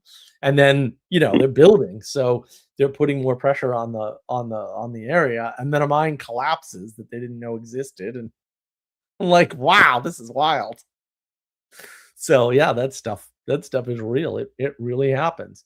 The mine here, I think it's called the Kennesaw mine, is, I think closed. I don't know if they're doing reclamation on it or what. I drive by it occasionally and there are people, like, there sometimes. So there's, like, I don't know. I'm thinking, like, can I get a tour? I'd love to just see it, you know, just to see what they did. Yeah,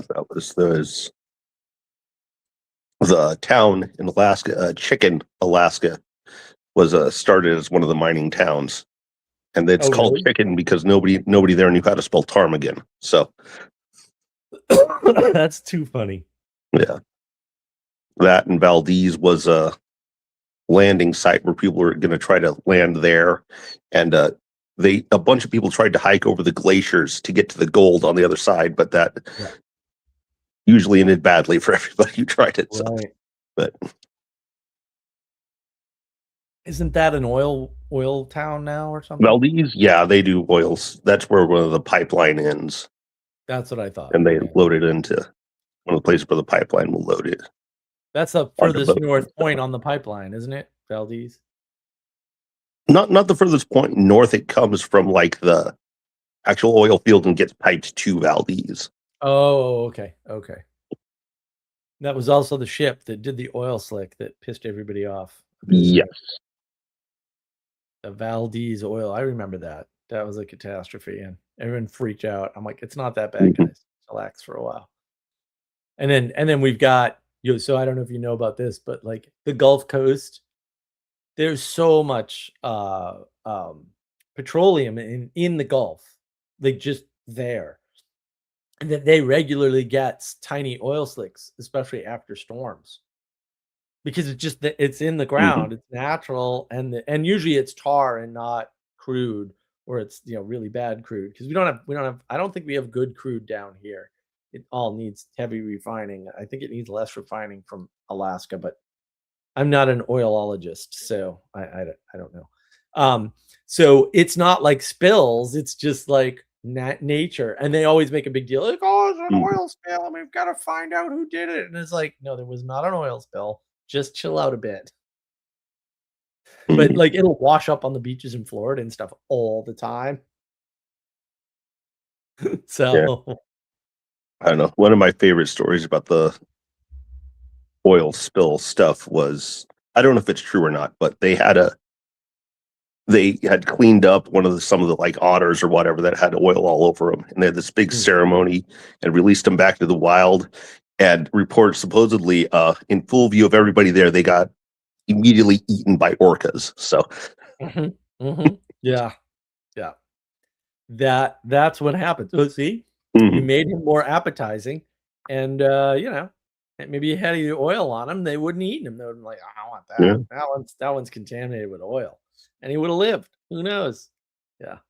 It's just, Mhm. we always try to interfere with things because we think we know how they work, and then it just Mhm. turns out that we have no idea. Nature gonna nature, you know? Yeah, yeah. Yeah, I know recently when southeast around Sitka there, they shut down the king salmon fishery in there because people in Washington and California were worried about there not being enough for the killer whales to eat. But just recently I heard that there's a problem other parts of southeast of too many otters or something that you're not allowed to hunt and kill. Mhm. So the orcas can eat them instead, I guess. This whole trying to equalize and balance everything out in nature, I'm like, bro, you need to go for a walk in the woods. Like, you just need to go for a walk in the woods. I'm sorry, but you absolutely need to go for a walk in the woods. Like, this is ridiculous. But people get caught up, right? They get Hmm. bamboozled and stuff. It's like, no, you just need to go for a walk in the woods. And they can't manage it. So I don't know. It's strange that it's so fantastical, and it's not like we'll say video games is the only or primary cause or anything, but video games are definitely a symptom and increase this problem of living in these fantasy ideas of how the world works, and for no reason. Like, there's no reason for this. The world is all around you. You can just actually let yourself experience it, and then it's fine. Do you go for walks regularly, Christopher, outside? Yeah, I do that. There's places in town that are like walking trails, and then there's that I can just like walk around the block or something and do that. We walk over to one of the playgrounds with the kids every once in a while and stuff. Yeah. I've got woods. I can just walk out into the woods. I just have to walk out of my house. I've got tons of woods. So Yeah. I've got like 8 acres of woods, or maybe 7. But whatever. 7 acres is a lot of woods.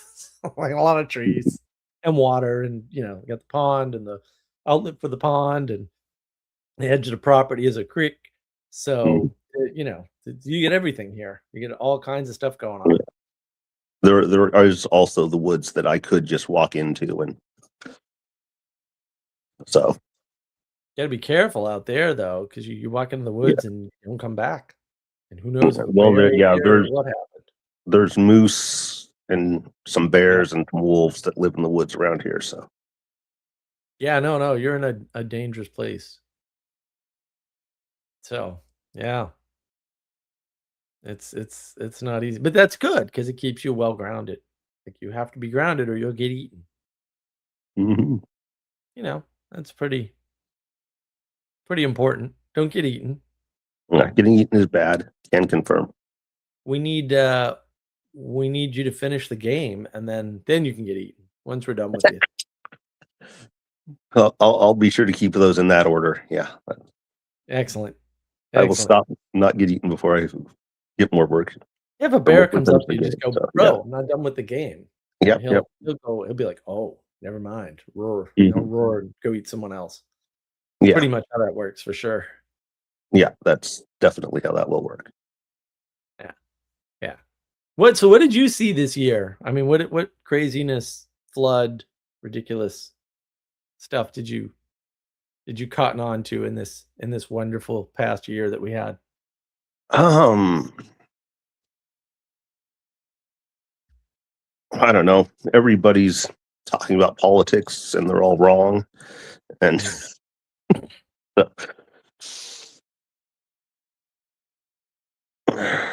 Yeah, the that's my politics thing, that threw me. Like, the whole idea that, well, no one's gonna vote for Mandami because he's a Muslim and a socialist. And I'm like, people vote for politicians because they believe that politicians can solve problems.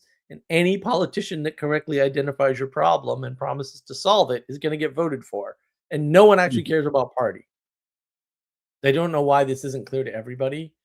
It keeps happening over and over and over. It's like the myth that Mhm. in the United States you can buy an office. I'm like, I don't know, dude. I think you should run the numbers on that. Statistically, that is untrue. In fact, there's an inverse correlation. The more you spend on your campaign, Like if you're the number one spender on your campaign, the odds that you'll win are less than if you're not the number one spender on a campaign. And this myth persists. And I'm just like, Mhm. this is so stupid. Why do people believe this? It's just do the math. Like the numbers are available. But it did this whole thing like politics has to save us all. I guess because you're a godless heathen or something. But also, no, politics is not going to save you. I don't get it. Mhm. Yeah, that's why one of my new catchphrases is that religion is greater than culture is greater than politics. So I like that. Yeah, that's the right good. order for things. So I was shocked to see Andrew Karpathy say that agency was greater than intelligence. I'm like, yes, everyone's coming around, just like I predicted. They're all gonna come around. Yeah, they're starting to see it now. It's like, oh no, actually doing things is way better than typing things on a screen or displaying them or talking about them or any of this Mhm. nonsense. So yeah, it's refreshing that that's happened. Or starting to happen at least with some important people. I Mhm. mean, he's not Elon Musk, but also Elon Musk pays attention to him. So we'll see. We'll see. What else did you Mhm. notice other than we'll say the hard swing towards politics as savior? um let's see what else. Let's see.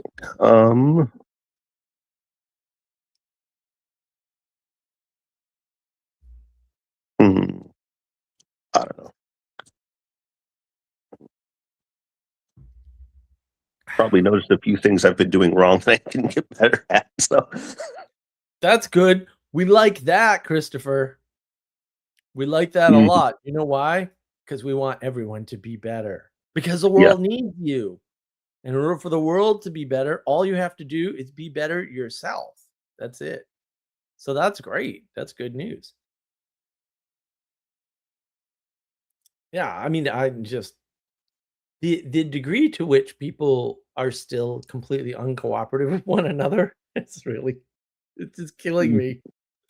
me. Which is cool because we've met our stride, right? Now we have like ridiculous amounts of cooperation compared to a year ago even. And you're obviously part of that. And yeah, I think that's super important. Uh, Mhm. you know, more cooperation, not less. Someone is here. Hello, John. Hello. Hi. Hey, Mark. It's been a while. It has. How are you doing? I'm doing really well. I'm doing really well. I'm in New Mexico right now. Down here, just to I guess. Well, initially I was here to try and help my brother. Basically, he didn't need the help, or doesn't need it yet, and so now I'm just kind of like getting a feel for it out here. Um, Volunteering at a shelter. It's actually pretty nice because like there's no one who really like takes a lot of responsibility there, and so like these past couple of days just working in the kitchen I've kind of been able to be like the like kind of like a head chef a little bit because actually I cook in my free time and it's just something I do. So what's that flashing? Yeah, so I don't that's know. nice. Well, I'm Yeah. glad you're doing well. Did you have a good Christmas? Yeah, it was really good. So I'm staying in a homeless shelter right now, so it was nice. We just got to like stay in, relax. I bought some marijuana beforehand. I was able to sell some lasagnas, and so I was able to just kind of relax with some folks. We watched some movies, and yeah, so it was a good time. I don't know how you guys feel about that, if that's appropriate, but yeah. No, How? Yeah. that's fine. I don't think it's the best strategy, but that's what you did. Well, That's what you did. here's the thing. No, I realize like the word repent. A lot of it means to let go, and that's like I mean, forgetting is part of your course grading process. You know what I mean? And so I actually don't think it's as bad as people think. I think it is part of that 7. You know, Well, conserving it's information, not making room for more. And, it's not bad. I mean, a lot of people are self-treating anxiety with chemicals.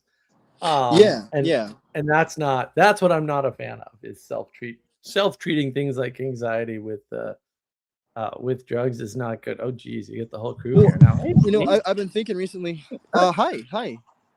Hey, Denise. Hello. I've got to adjust my camera here.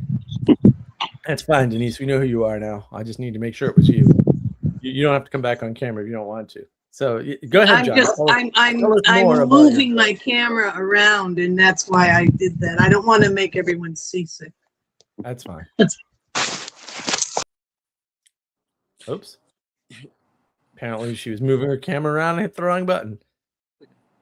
But yeah, for very technical reasons, I actually think atheism is like a low frequency like schizophrenia. Like I think it actually, well, it is. For some reason, because in some sense you're basically saying that all causation is within like a self-contained like circular system, Yep. which is basically the definition of schizophrenia on the fractal scale. You know what I mean? And so like when people are having issues with schizophrenia with marijuana, it's because they don't know how to integrate like the actual fact of God. I'm back. Hey, Denise. I had to wrestle so much. And it's sending me messages to Hold on. Too many people talking. John, you like cut out for a second. Actually, you're still cut out. Try again. I like this. I like this thesis about atheism. This is interesting. I have to think more about that. There you are. Now you're back. Yep. Okay, yeah. Well, okay. What I was basically saying is that when you have marijuana being associated with, I'm getting a lot of feedback. Can you guys hear that? Yeah, it's Denise. Denise, can you mute? Okay. Thanks.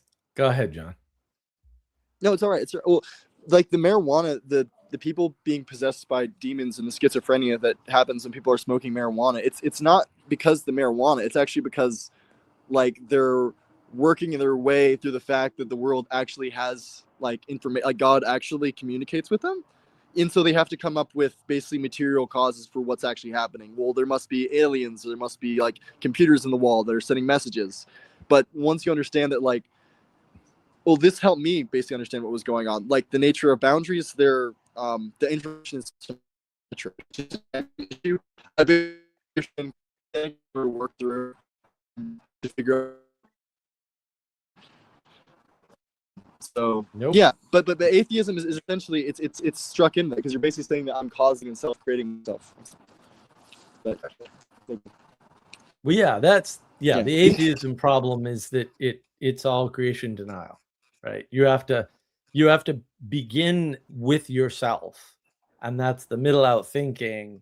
And yeah, you're just not acknowledging, and this comes out with the Heideggerian thing about thrownness. I'm like, why do you need a special word to talk about the fact that you were born? I don't get it. Like of all the dumb things to have to say, thrownness probably takes the cake. And then people are like, Heidegger was brilliant, and I'm like, if by brilliant you mean retarded and really dumb, then yes. If by brilliant you mean he had any kind of interesting point, then that's impossible because he talks like that, and that's ridiculous. Thinking about the world in terms of thrownness, like it's that's schizophrenic, right? You're kind of thinking like there's something there, and then something happens, and then you're there in the something that was already there, and it's like, what? Like, why are you couching things that way? That's a bizarre frame. That's why there's a reason why the Bible starts off with the concepts of heaven and earth, like kind of right off the gate. And there's also a reason why, like the idea of thrownness, it implies like alone. It implies like alone in a space. It's kind of akin to the simulation theory thing, which if you actually take seriously will drive you crazy because then you start thinking that you're alone. You know exactly. I mean? But actually, a system you were alone, and then you're thrown somewhere by something.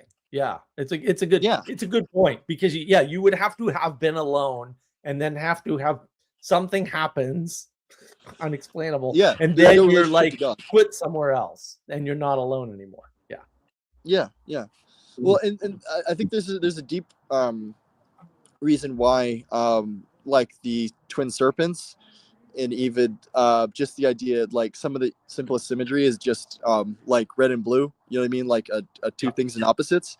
It's because the simplest thing that you can have for the infinite to know itself is basically like something it can reflect off of, basically. It's not to say that the Tao, because one of those things actually has to take priority. One of those identities, it's heaven, it's not earth, and there's actually reasons for numbers. Basically, it has to do with the fact that like you can multiply two negatives and get a positive. You can put two objects together and get a new idea, but you can't put two ideas together and get an object. Basically, right? Yeah, Asymmetry. yeah. Yeah, so there's an ace, but although like the information is symmetrical, there's it's almost like imagine that the infinite includes limitation because it has, but so there is like a wall where it can't, but you can't have an inside and outside of an infinity. So it's actually it's and what a boundary, what it technically is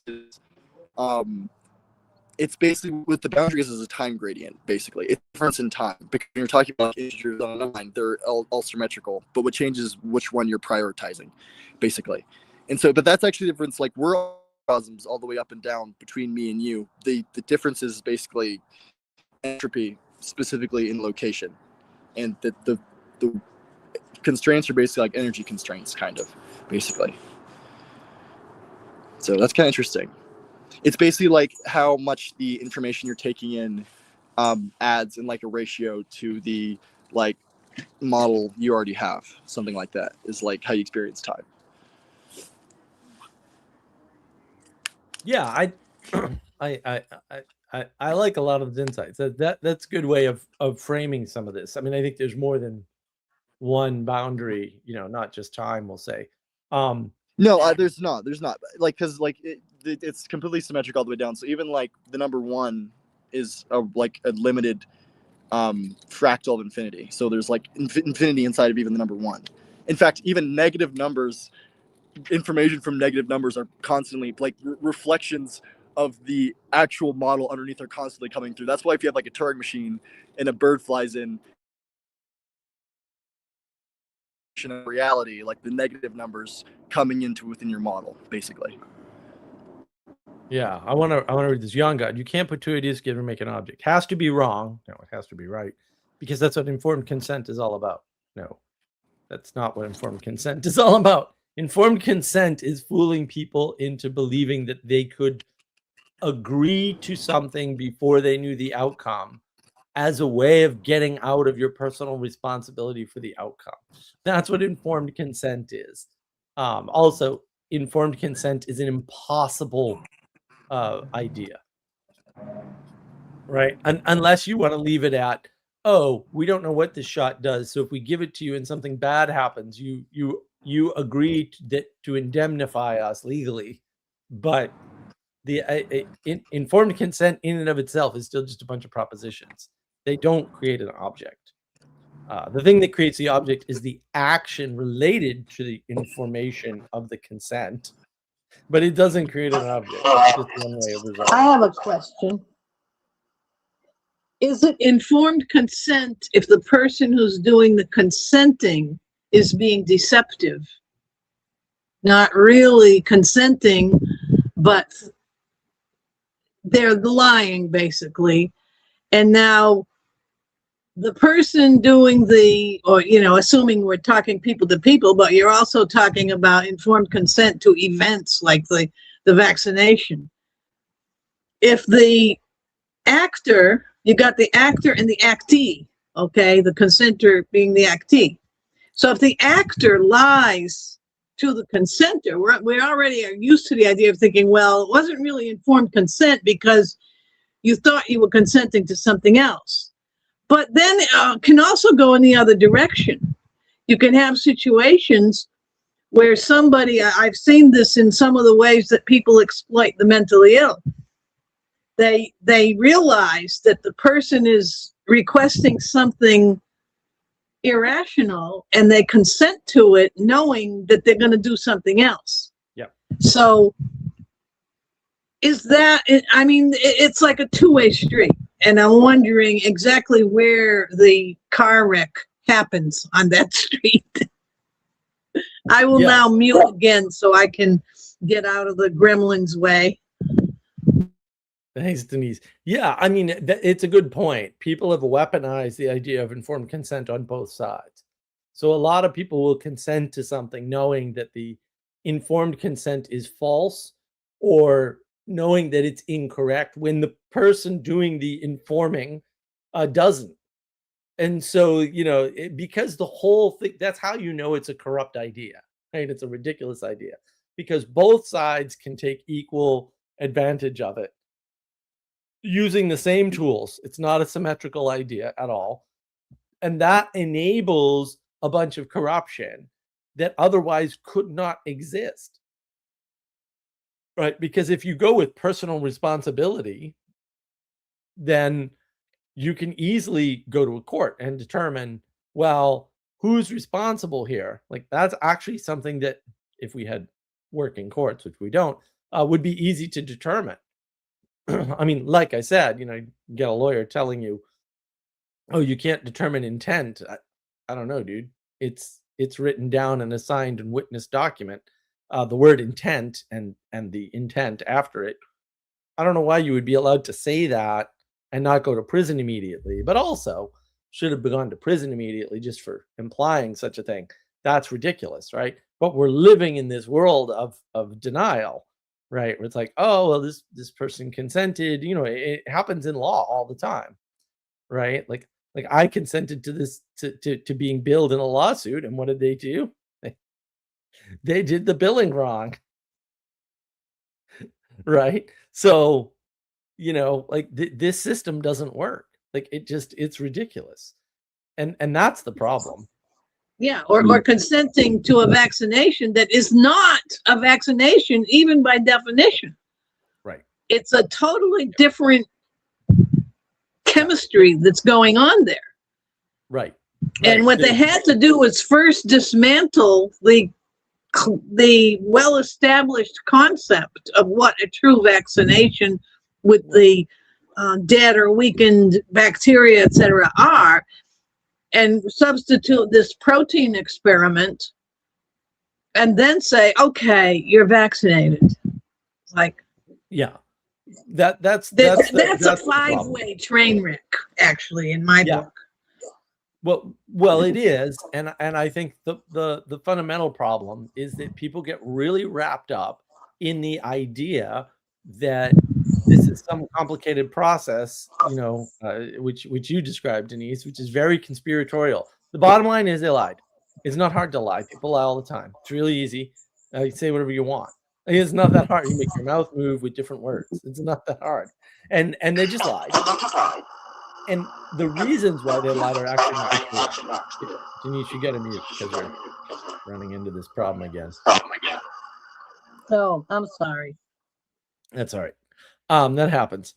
We'll get you microphone gain problems before, but yeah, I mean, you run into this issue of a fake news flu shot that is effectively a genetic experiment at the end of the day.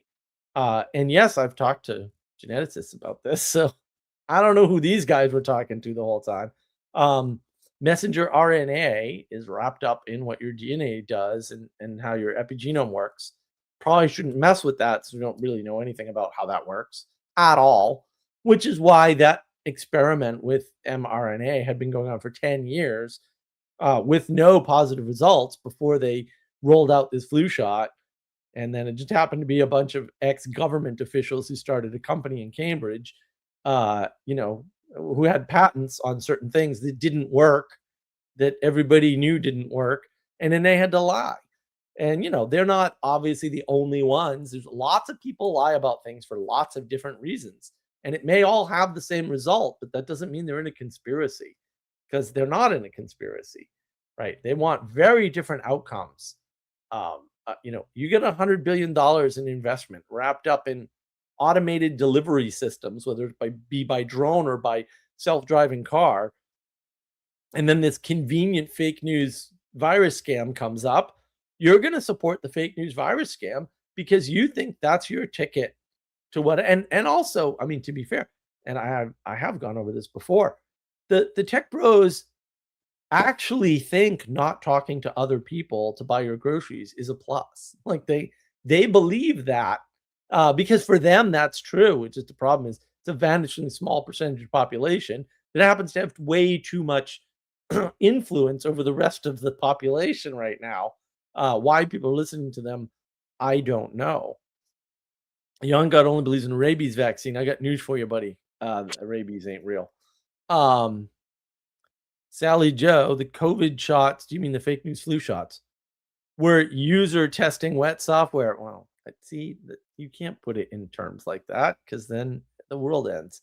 No, I mean, they were just a bunch of different people with very different end goals who all wanted everybody stuck in their houses for different reasons because they thought that was going to result in something that they wanted to manifest, and not for financial reasons alone. We'll say that's part of the issue.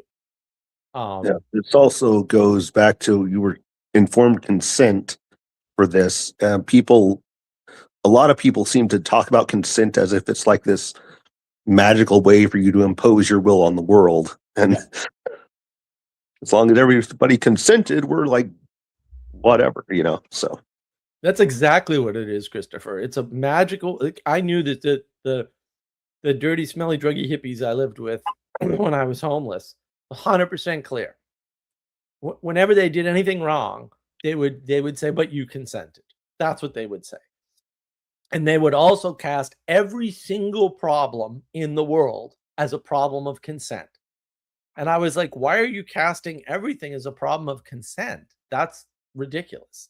But they would be like, "Oh yeah, we'd have none of these problems. Like we could easily do polygamy as long as people consent." And I'm like, "No, there's a reason why polygamy doesn't work, and it's biological. It has nothing to do with what you think or how you feel about the world at all. There's a biological reason why this fails." And you could say, "Well, it doesn't fail 100% of the time." Thanks, genius. Nothing's 100%. Now what? Like you haven't said anything. It's like these people who go, "Oh, Mark, you said this thing wrong." And I'm like, "Really? That's so shocking. With all the things I say, I said one thing wrong. Oh no, it's the end of the world." Like, what are you doing? Like, we've got to be able to raise the discourse above midwit level at some point, but we're not able to because everyone has to have free speech, whatever the hell that's supposed to mean, and they have to have a broadcast medium like YouTube, which obviously I'm at once a fan of and very skeptical of because most of the people on YouTube are lying to you. They're just flat out lying and they're deceiving and they're doing crazy things. Don't believe me? I've got videos on navigating patterns about this, a bunch, right? And they're using different tools because video is a very powerful tool for deceiving you. My one about Sabine Hassenfeld, that just shows you exactly the kind of treachery that they're doing, right? It's always Australia, man. It's always freaking Australia. I don't know what is going on down there, but the Clubhouse guys caught a bunch of Australian marketing teams pushing the fake news flu on Clubhouse all over the place, and they would just squeal and no, I'm a PhD doc. No, you work at this firm. Like we know who you are. Like, I'm sorry, but also you're retarded. You posted your LinkedIn and it says where you work. It says what your education is. You can't come on here and claim that that you're a doctor in Australia when your LinkedIn says that you're not. Like, that's not going to work. I mean, I appreciate the effort. And the thing is, though, that works on most people because most people are lazy and they never look anything up. Ever. I was promised everybody that this would fix that problem. Repeatedly told, no. If everybody has access to the information in the palm of their hand, then these things will never happen again. Repeatedly told, I can grab videos, I can grab news reports, whatever you want to see. Repeatedly told throughout the 80s and 90s that this is how it was going to be. And then we get here, and then the big "let me Google that for you" website meme, right? And that's still a thing. I still have to explain to people, no, what you're saying is stupid and you're lying without knowing it. But I'm a pragmatist. I don't care why you lie. It doesn't make any difference to me. A lie is a lie, right? Go look it up. It does Well, work occasionally, but not often. Well, I think maybe, well, part of the give everybody all the information thing is kind of a denial of distributed cognition. Mm-hmm. So, Well, there's something else too. I was watching a legal channel, Leto's Law, and he's a pretty good reporter on just whatever's going on in the courts. Recently, there was a case in, I think he said California, where a plaintiff presented a video that was a deep fake. And the only reason it got caught is the judge noticed some oddness about the facial lighting and the voice and asked that it be verified. And, you know, and then he was saying, of course, this is one that actually got caught by accident because they don't have a process for verifying submitted evidence, which means that essentially our whole legal system is already dead because it relies on eyewitness evidence. And then he also asked a question which has not been addressed, which is, not only is it a problem that that the technology is at the point now where the odd voice thing probably wouldn't happen because they've gotten better, but you can submit a genuine video and the opposition can call it a deep fake. Yep. So we're actually running back to the period of you're guilty if when you put your hand in the fire, it blisters. Yep. That's what we're actually, I mean, what other future can you guys suggest what it's going to look like from here on in terms of deciding anything, especially guilt and innocence of criminal matters? No, it's worse than that, Denise. It already happened before AI. So, and you just look up my cases. So in my house case, which I do, of course, have a video on, right? The opposing counsel told without our knowledge, or maybe my lawyer knew, but he didn't tell me because I would have screamed.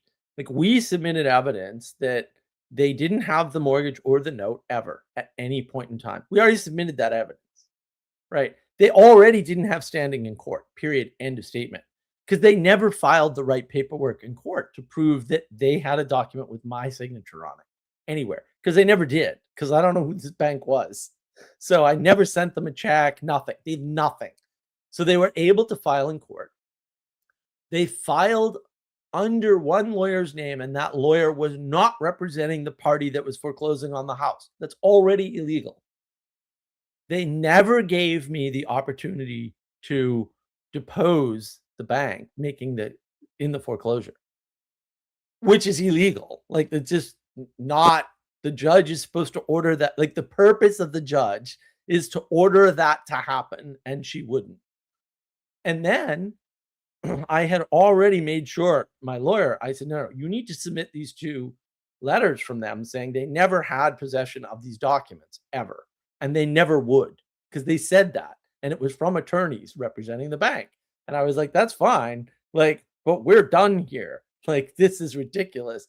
And what happened is the attorney wrote a letter saying, oh, in this box is a letter signed by the I guess in that case, I was actually the plaintiff somehow, but whatever. Signed by the opposing party that says that he knew that we had the mortgage. And I was like, well, it's countermanded by the evidence, and that such a letter does not exist. That was well before AI.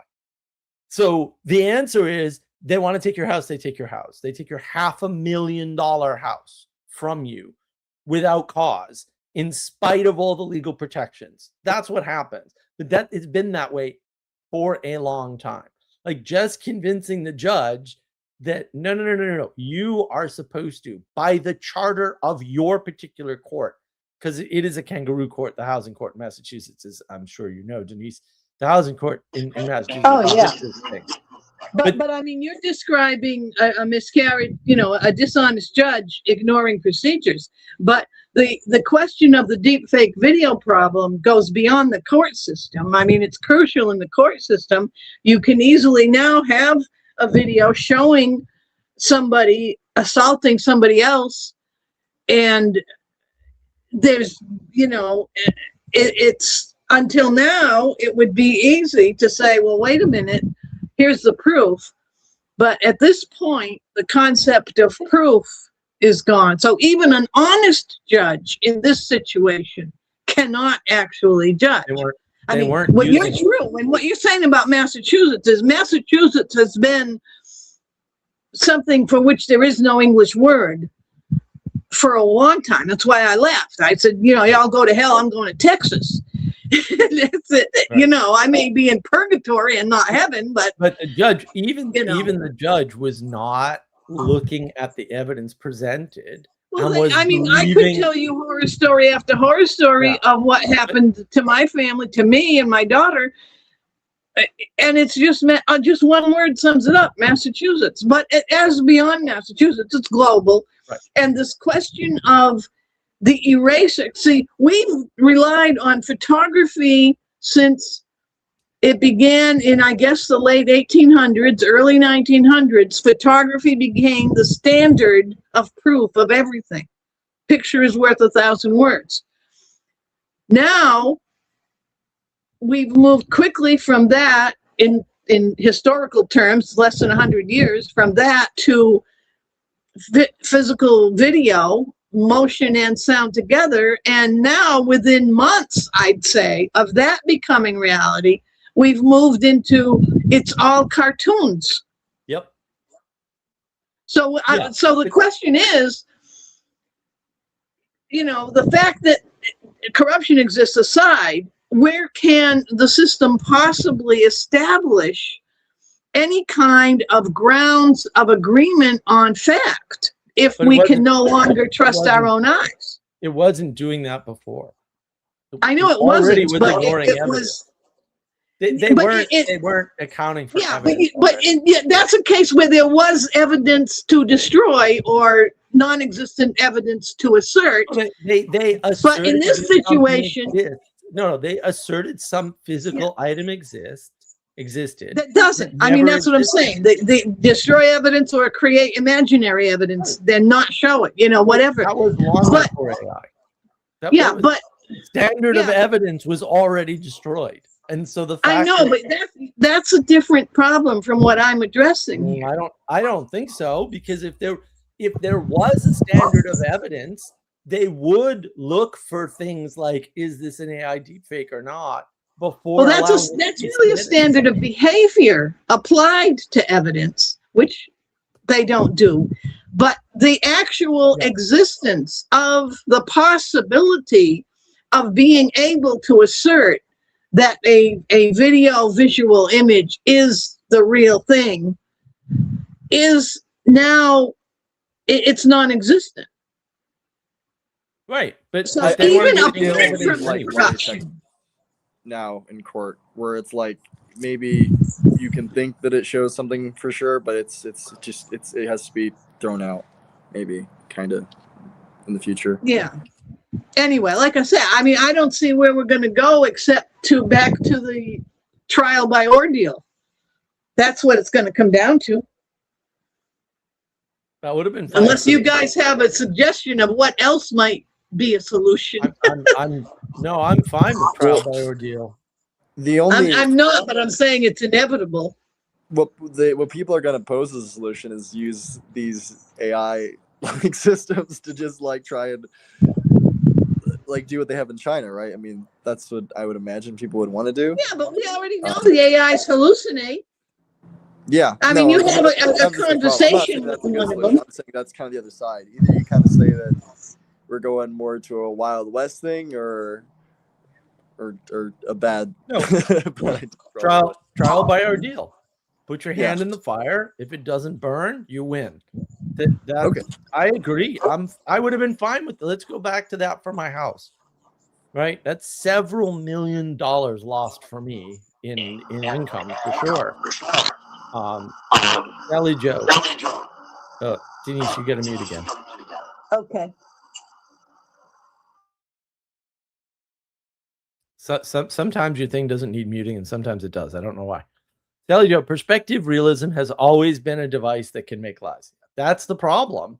But if you're ignoring even that, Like if you're ignoring signed letters and just making up that things exist or don't exist, and you're not following the rules, like my other case, I could not get them. They were like, "Oh, we've submitted these emails," and I'm like, "That's nice. I want the emails from Microsoft. I don't want what you submitted." And they fought tooth and nail, and I was like, "Why? Why is this even legal? They shouldn't be able to fight for the. I want the evidence from the source." Because I know there's missing emails. Like it's not that hard. I know there's missing. Other people don't know there's missing emails. I get that. But I knew for sure there were missing emails. That was easy to prove. But no, we couldn't even do that. And no one's ever going to do anything about it, right? This is all like everyone just goes, oh, poor Mark or whatever. Well, hey, if it happens to you, don't come to me. I'm going to say you get what you bleeping deserve, just like the Joker. Like, it's too late now, kid. Like, you didn't do anything when you knew it was a problem. If that problem comes to you, don't cry to me. I'm not going to care. I'm going to be like, well, yeah, already happened to me, bro. Sorry. Good luck. I don't know what to do. I can't help you. Right. And we were already in this. Nobody wants to stand up and do anything about any of it. So I don't think it's going to change. I don't see how it could.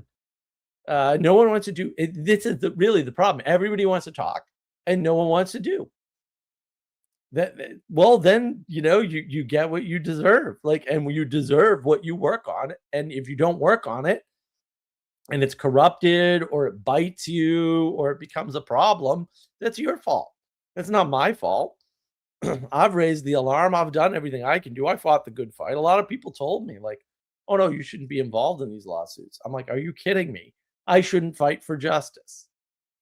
And I thought that was ridiculous. And so I didn't take their advice. I thought they were insane. I think you should fight for good things. You should, even if it's going to just cost you whatever, time, energy, attention, and a bunch of money. In my case, I'm out like $176,000 on 2 lawsuits, each of which took 5 years. And I got bad results out of both. That's a lot of money to be out. But I don't regret any of it. I'm like, no, I think I made the right decision in both cases. And the fact that I wasn't able to keep that first house, and the fact that I no longer own this house because of the second lawsuit, it is what it is. I mean, I'm still out. Like, I was out either way, right? The question is, do you fight for good and right and law or not? And I just like, no, this is an easy one for me because I didn't get raised in the UK where people don't know what principles are and can't do morals and ethics. Like, you do it anyway. And if it costs you, it costs you. Like, everything costs something. Not doing something costs more, in my opinion. Well, with that, I think I'm going to jump off stream here. Once again, everybody, Merry Christmas.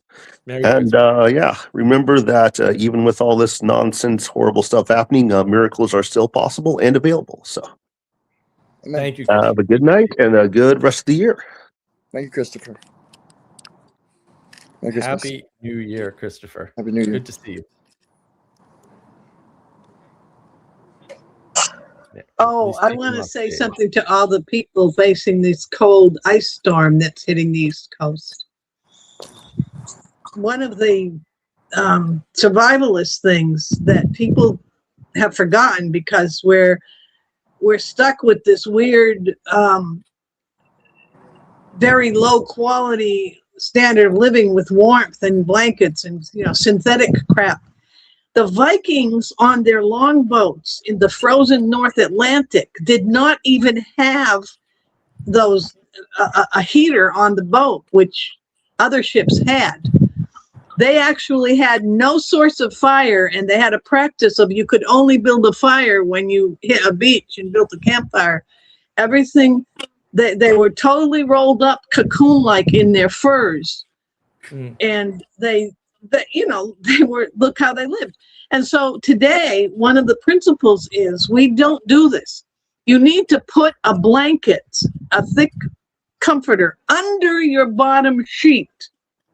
Most people don't think of that. You have your silly synthetic mattress and a sheet, and then you lay on it, and then you pull blankets over, and you're cold. You need to put a comforter and take like an old coat or anything, any kind of thick layer of fabric under the bottom sheet, then lay on it, then pull a couple layers of blankets over, and you will be warm through the coldest thing. And I want to put that out there because I know people are going to be facing electric wires down because of the ice and all the power outages. That's why another reason why I'm glad I don't live up there anymore. So No, they had a big Merry problem Christmas. in Texas a few years ago with power, though. Excuse me? What'd you say? They had the big outage in the winter in Texas a few years ago. Oh yeah, that was because it wasn't really that cold, but Southerners, they're even more clueless about surviving even mildly cold temperatures because they've never had to. And everyone plugs in, but you know, that's a matter of common sense because it wasn't so cold that people would die.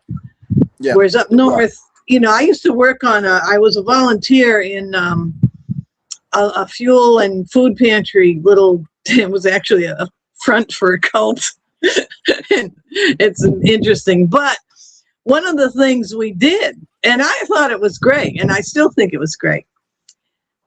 This was up in Western Massachusetts, and there are a lot of wood stoves up there. And so we had a wood cutting committee, and we had permission. In fact, Arlo Guthrie used to let us cut wood off his land. And what we would do is make sure that people had some kind of wood heat. And also we had, there was a big changeover from oil-based furnaces to natural gas. And so we put the word out to everybody, please don't throw away your oil tank. Let us use it to store oil as backup. Now, I was on the desk, and it was, you know, my job. I was the newbie, and it was like, okay, you get to watch the desk and take in any calls. And it was getting into it was the night shift. So I get a call from a woman with a baby. Her oil is out, and they won't deliver. They just told her they won't deliver because she owes money. Now, this call came in during the afternoon, and the director just leaves me in charge. He says, don't worry about that. You know, I'm going, I'll call you and see how things are going, you know. And he leaves. So I'm alone in the office. She calls back. And I said, okay, hold on. I'll see what I can do. And I looked at the clock, and it was about close to 4. So I said, okay, I'm going to wait till just about 5 o'clock. And I called the oil company that was in question, because she was saying, okay, he said he was going to talk to them for me, did he? And I'm like, well, I'll find out. I'll get back to you. Because I already knew he had said he wasn't going to do nothing. And so I waited till 5, and I counted, okay, 10 past 5. I called the company. Person answers the phone. I said, can I speak to so-and-so, you know, about it? He says, I'm sorry, they're all gone. I says, well, who are you? He says, I'm the driver for night emergencies. I said, oh, okay, we got an emergency. Can you please deliver some gallons to this lady? And I give him all the information, and he says, oh, okay. And he delivers, right? So then Mr. Socialist Bolshevik New York City gonna go out there to Berkshire County and show the locals how to organize, comes back in. He says, how things going? I said, oh, great. I said, we got her oil. He says, you did? He says, how'd you do that? And I said, simple. I waited till the office people were gone, and I talked to one of the drivers. And he said, and they delivered the oil? I said, yeah. And he says, well, now who's going to pay for that? I said, I don't know. That's your job. It's like, but it's like the practical side of everything that was going on was with the wood and everything and the oil thing. And it's another interesting part of it, because it was also a front for a cult. They also had the system where, that was the other thing. I knew that they have oil being stored by private citizens for them to come and get. And he wouldn't put that into process either. Right. And then in my cult exiting process, I found out that one of the principles of a brainwashing cult is to put the new person with all their naive optimism in the position of being unable to solve a serious problem. Yep. That's why he left me there. And Right. I solved it. And I said, it's not a problem. So anyway, that's my winter story. I got others too, because I was also a phone salesperson for a furnace company. What was that like? Sally's got some advice. She said, want to fix legal issues, go to your local school board meeting and just point out what's stupid. Yeah. Yep. Make a tent. A tent with body heat will save your life. That's true. Even a sheet on your interior wall will drastically improve warmth and go to your smallest room. There you go. Sally knows. No one should have one source of heat. That's just silly. Also electric silly. Well, that's true, Sally. But a lot of people don't know any of this stuff and they're dumb. Yeah. No, but to your point, Denise, I mean, I've realized that actually people talking about how they want the US to have communism, like there's actually a lot of communist infrastructure. Like it's actually kind of all there. It's just not really utilized at all. Like, you know, I'm in downtown Albuquerque at one of like the main food kitchens, and there's like 3 people who work in the kitchen. You know what I mean? And we have a fridge that's full of food that's like expired by a day that we can't really put out. And so honestly, I've been just taking it because we're allowed to take it. I've been bringing it to my shelter, basically. And so through that, I was like, we get food here, and you know, but like that alone, you know what I mean? You know, I put we were frying jalapenos, and I put like tahini on the jalapenos, and that like little difference made a like, I mean, it made a big difference because it turned something that's actually like kind of you're forced to eat something kind of enjoyable. Now, it is kind of a cruel joke that we have a surplus of jalapenos to feed to a demographic of people who don't always have a readily restroom, but still, you can make it nice, you know. So yeah. I mean, I don't know if this is true, but I saw something that like, you know, like 90% of the money that gets put towards these folks doesn't get solved. And to be honest, you know, and this is kind of maybe a weird outside point that I've been thinking recently. Actually, I think we might be wrong to judge drug addicts. Like, if someone wants to fund doing whatever they're doing, like honestly, I don't have too much of an issue with it if they do a UBI or something. I don't know. I think that's kind of controversial. I don't know, but like I don't know if I could talk to them later, they'll tell me crazy stories about the afterlife or something. It's like, well, maybe that's worth it, you know? Like, you know, I just don't think actually like we have a place for people to live like that and not be just destroyed. Maybe there are people who are naturally supposed to just live like that. So I don't know. Hey, cool. Yeah. Hey, cool kid. I think the problem, John, is that most of these socialist scumbags are just lying. Yeah. And they say what they want because they could enact it, but they don't regularly. Like they never enact it. They just say they want this. Well, It's that's just what a show we for were obsession about control. consent, right? I don't know what that's about. That's weird. It is a weird thing they all have an obsession about, and I don't understand it. Well, because they want permission to be in charge.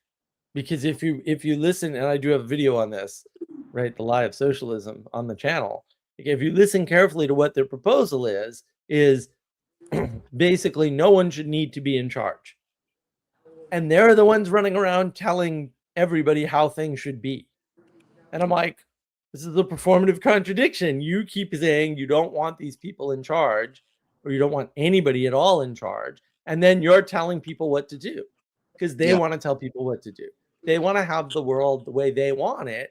And the thing is, you can't, once somebody hears that argument, which seems to make a lot of sense about why things should be redistributed in the particular way that socialists want them redistributed, once they believe that, it's very hard to show them A, that it doesn't work reliably because it's been tried over and over and over again, right? Or B, all the ways in which it was a stupid idea to begin with. There's no set of facts you can give these people to get them out of that imaginary belief. So they did the we're not going to do anything about drug addicts thing in Portugal. And it was a complete catastrophe. They never talk about this because what happened is all of the expenses from drug addicts who tend to be sicker and have all kinds of problems increased.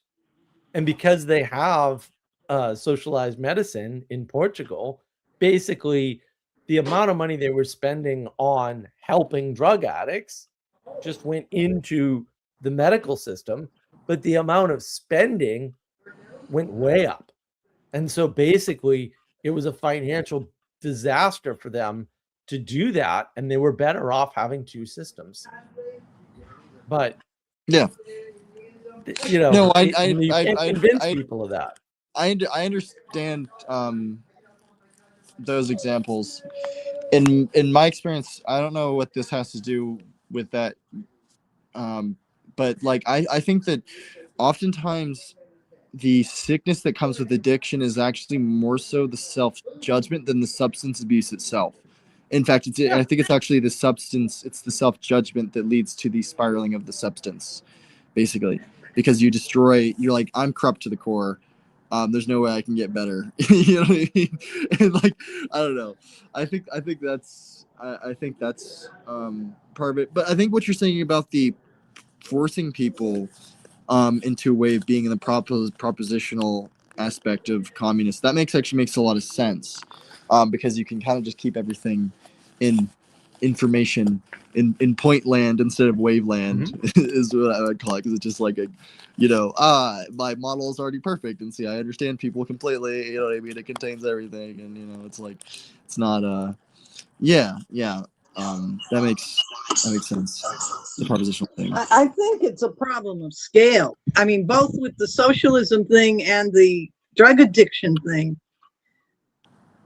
a lot of it is a problem of scale, because people point at things like the ability of a community to come together, in a disaster. But that's not communism or socialism. That's communalism. People understanding that their individual self-interest is attached to others. And pure socialism denies that. It's like and as soon as you get above the clan tribal size, it disintegrates. And I'm wondering about the addiction thing. Any community has always had the village idiots, okay? And drug addicts are really just a modern form of the village idiot. And you always had a percentage.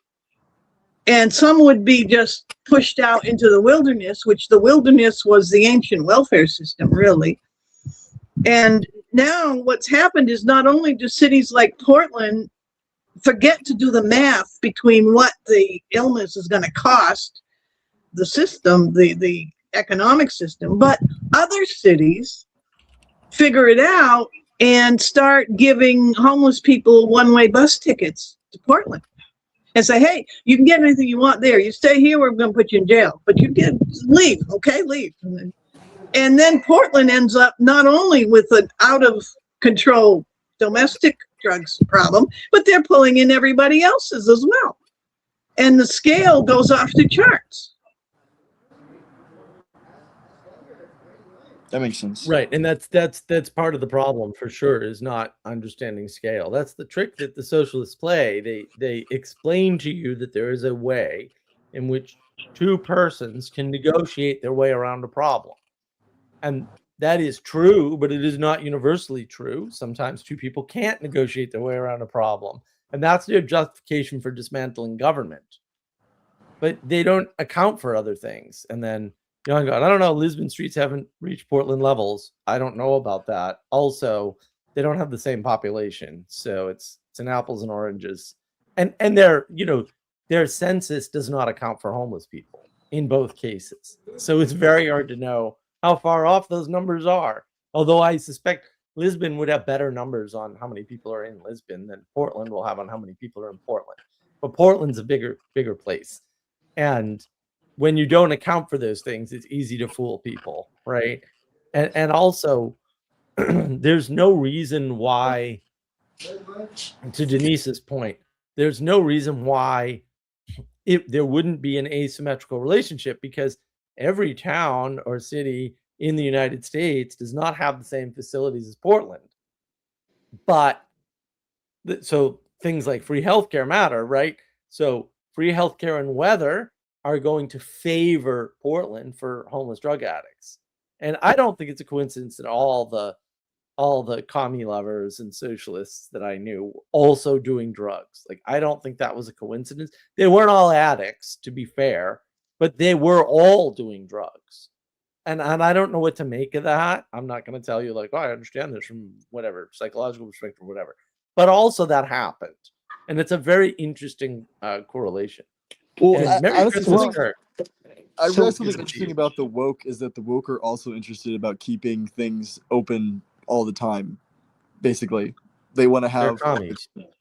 Yeah, no, but I don't think as far as like it's they actually I don't think that's actually such a bad thing. You just like leave kids whatever you're doing. But you know what I mean? As far as like, you know, they want to have like 24-hour like weed, and they want to have like open like sex stuff, and they want to have coffee all the time. Like it literally is And about that being doesn't awake all the affect other time. I actually think people. that's kind of interesting. They want to go to parties and stuff. It's like that is interesting. That's I don't know. hedonism. Yeah, but it is it feels something about having everything open 24/7 is like the goal. But it's like, yeah, that's fine for adults. But you know what I mean? If you want to do that sometimes, because you got to be responsible. But like, you know, stop trying to push that as in like the standard something. I don't know, I'm just thinking out loud. Well, so I think part of it is the responsibility crisis, which is if you don't think you can have responsibility or meaning in life, which is the crux of nihilism, which is the crux of materialism, which is the anthropology that the left has adopted, then you're going to think that everything is transient, and no matter what you do, whether it's drugs or whatever, it doesn't matter in the end. That's all true, Kirk. Yeah. I don't like the term anthropology, but that's a hard problem to get through. I don't like fault people for being stuck in that mire, because like I said, like I think materialism is a form of schizophrenia, and so it takes kind of a miracle for someone to be broken out of that a little bit, you know. So I don't know. Yeah. Anyways, hey, I have to I should probably get going. What did you say? If they're trying to do something they can't do, right? Or understand something they can't understand, then the socialist ethos is accessible to you. Yeah. I mean, yeah.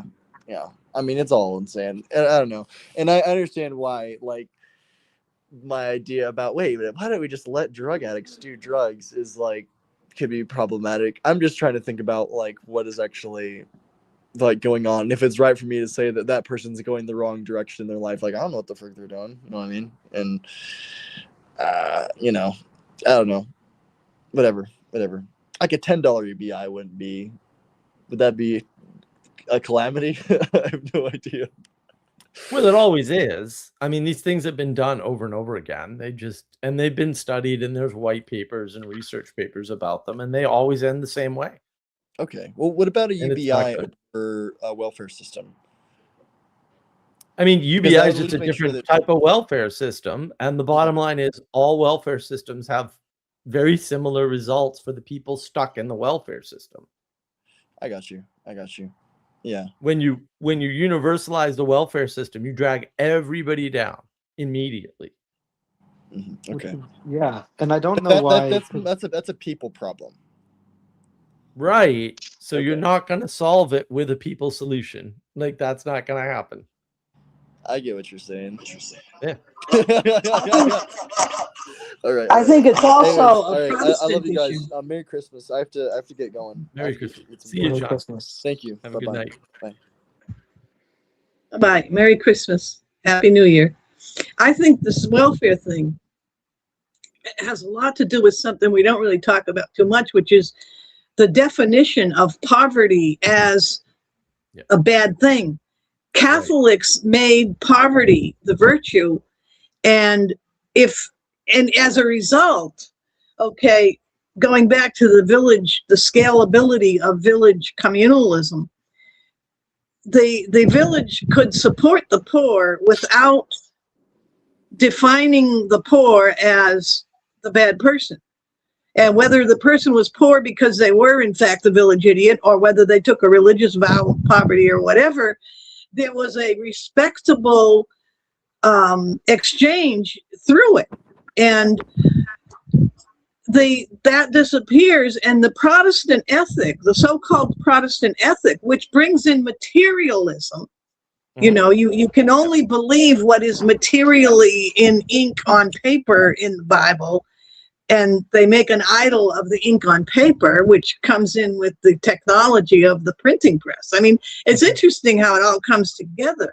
But if we continuously worry about money and wealth and status, the thing is, we already have great wealth. I mean, on paper, by definition, I am among the poorest in America because I am way below the poverty level. I live better than a lot of very wealthy people in Cape Cod.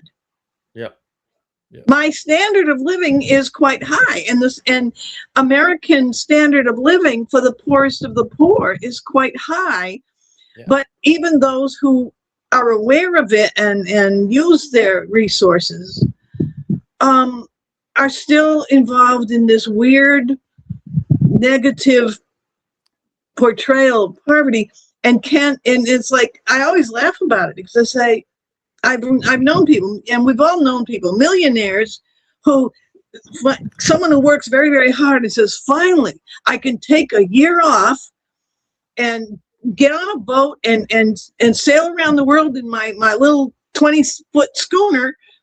Yep. And it's like, you worked so hard to finally be able to live like a homeless sailor. Right. Yep. You know? Yeah.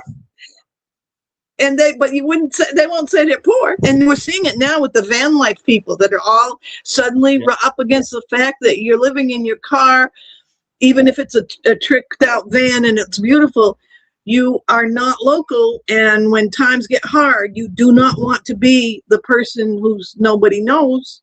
That's right. And now they're all up against there's all this crackdown going on where you can't sleep in your van in the parking lot and all this stuff. And well, that's because it caused crime.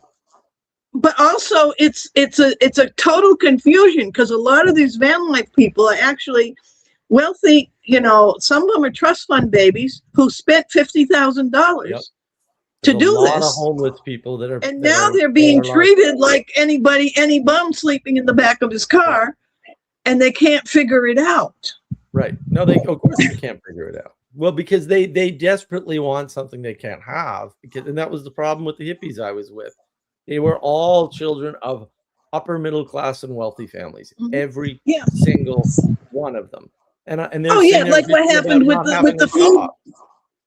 But they didn't. That's like what happened with that oil driver I described a little while ago.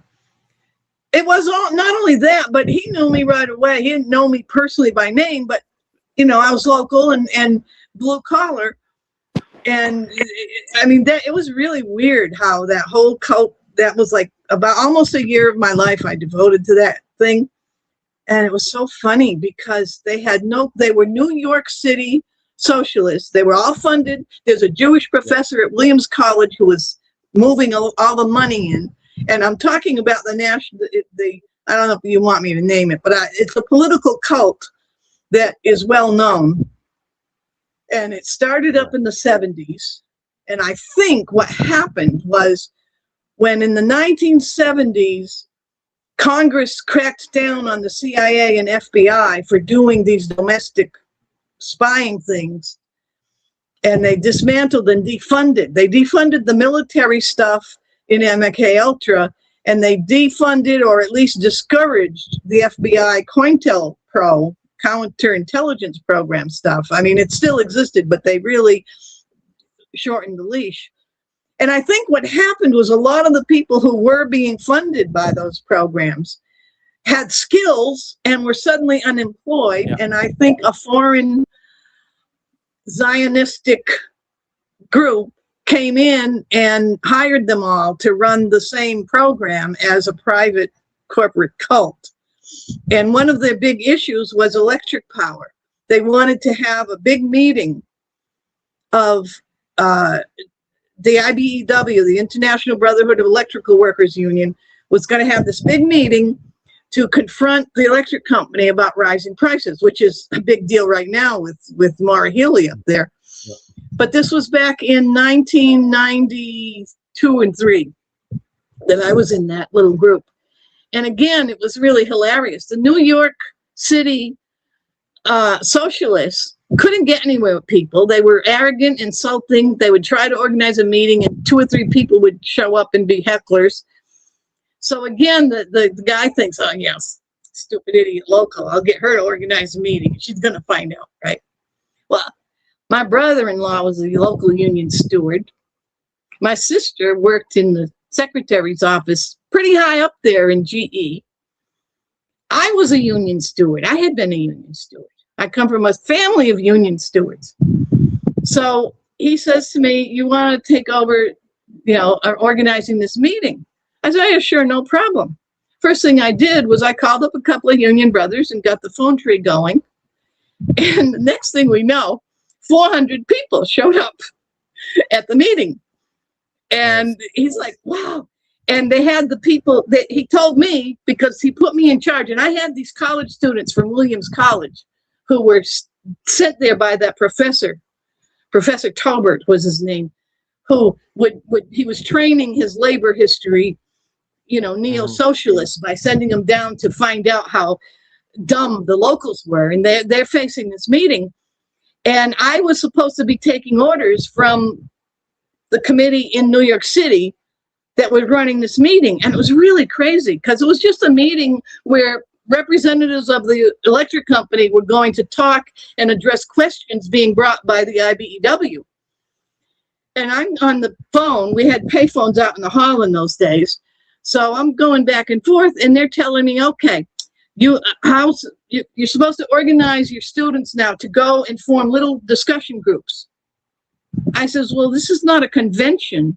This is a lecture meeting. It's like a union meeting, except it's not a union, but we're running it like it's a union meeting. He says, no.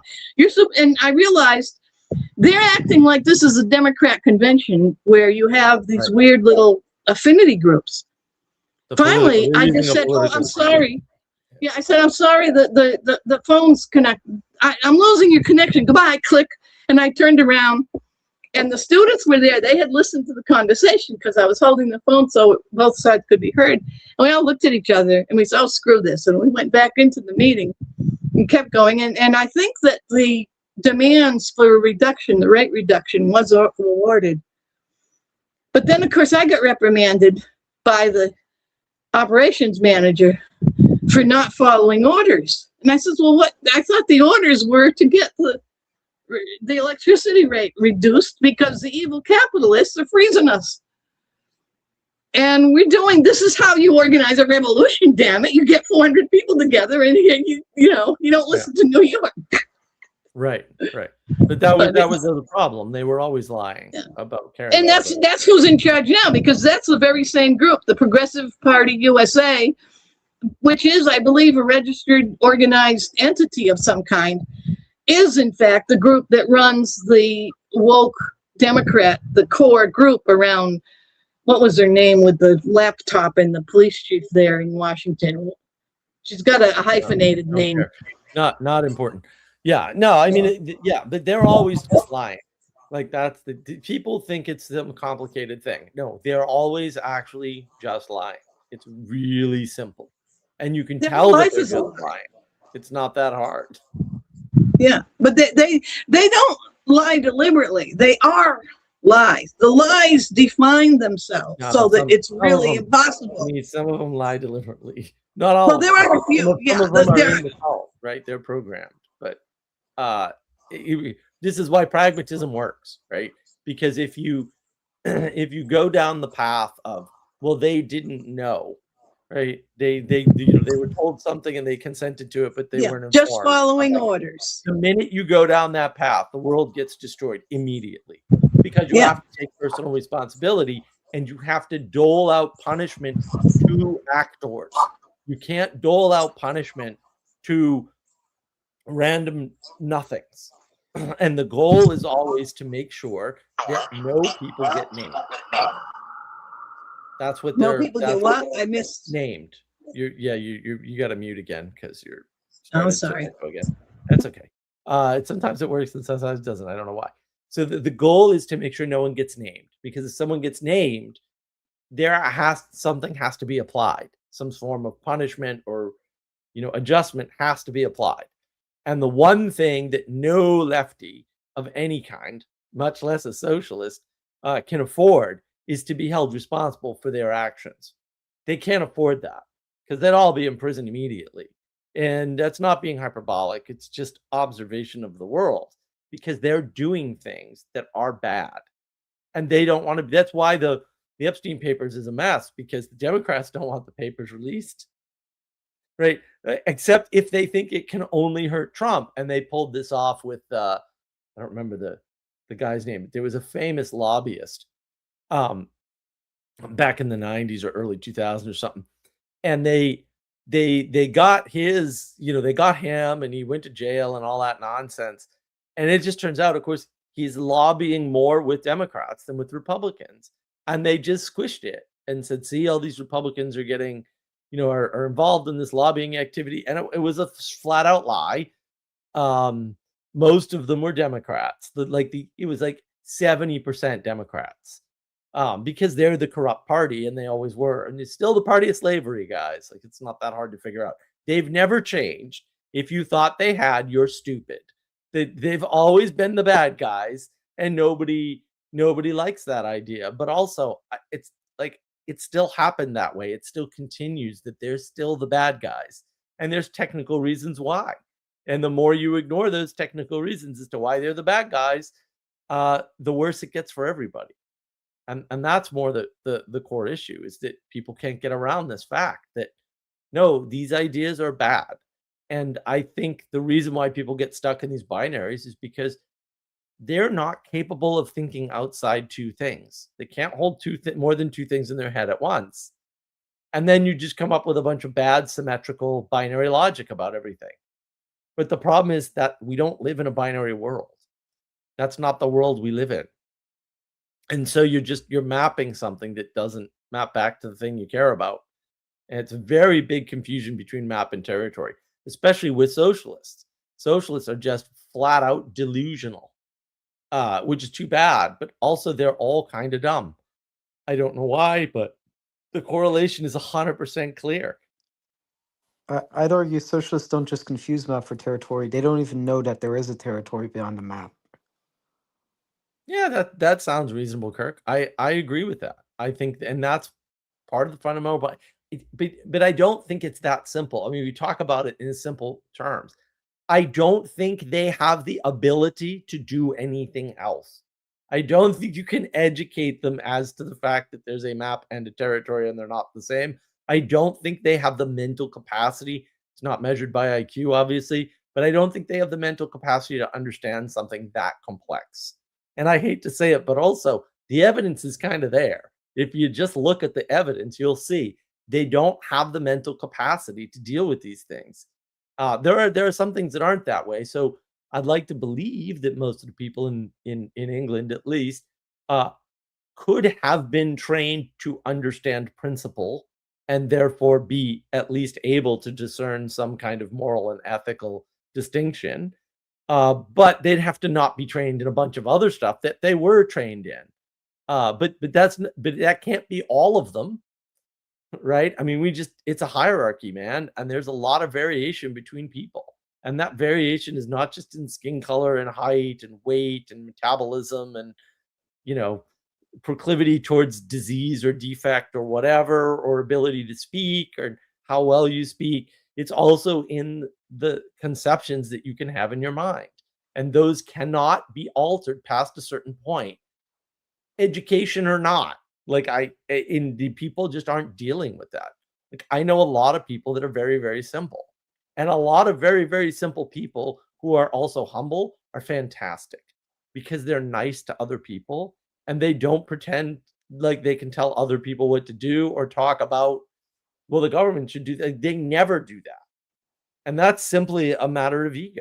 They just don't have the ego problem. And when you don't have the ego problem, and you know, like, oh, I'm not the brightest person in the world, but it's okay, because I know a lot of people like that. Those people are awesome. I love those people. They're fantastic. Right, Yeah. because they know where they belong, and they're not trying to be someplace they don't belong. Yeah, I mean, part of it is a problem, if, for example, is why is it that Paul Krugman has literally, in his doctoral research that has got him a Nobel Prize in International Economic Theory, contradicts the policy prescriptions he advocates for on a day-to-day basis in the New York Times?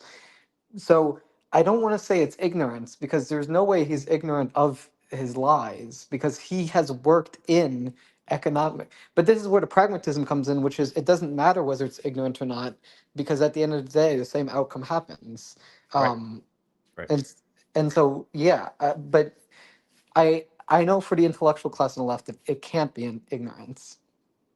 No, it can't be mere ignorance, but if you can manipulate attention and make people ignorant of things. Like, the problem with Krugman is that if you actually pay attention to his stuff, he just flat out contradicts himself in the same New York Times nonsense editorial all the time. He flat out lies to people. Tim Pool caught this years ago. I think it was 2019, right? They had that the left is moving more left and the right is moving more right graph.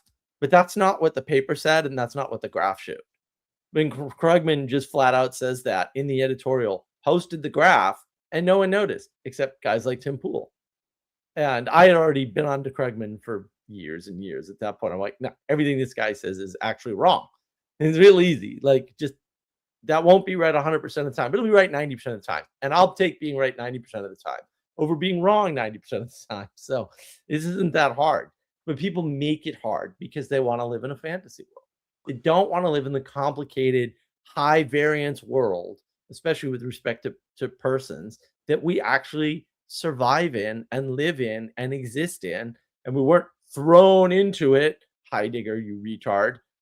We were born into it, and being is good. The fact that we're here is good. The fact that we have a place, an ordered creation in which to be, is good.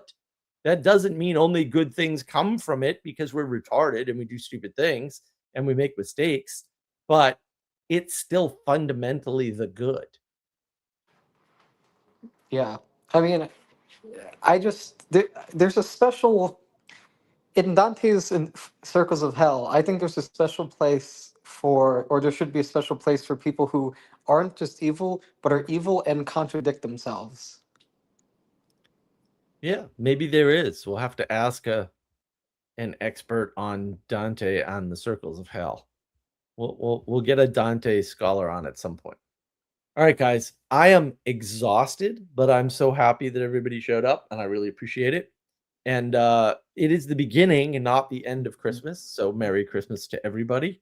Kirk, you get any closing thoughts before I close off, and then we'll go to Denise, and then I'll Just give don't mine. skip leg day, pray the rosary, go to sleep at a reasonable time. I like that. I should do my own banner, right? Like Father Eric does. I should do my own 3 or 4 point banner like he does.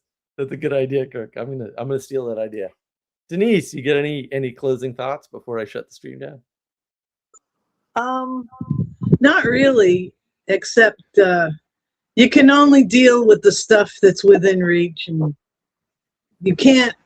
I mean, the massive universal problems are not right in front of me. So just do what you can do, and hell with the rest.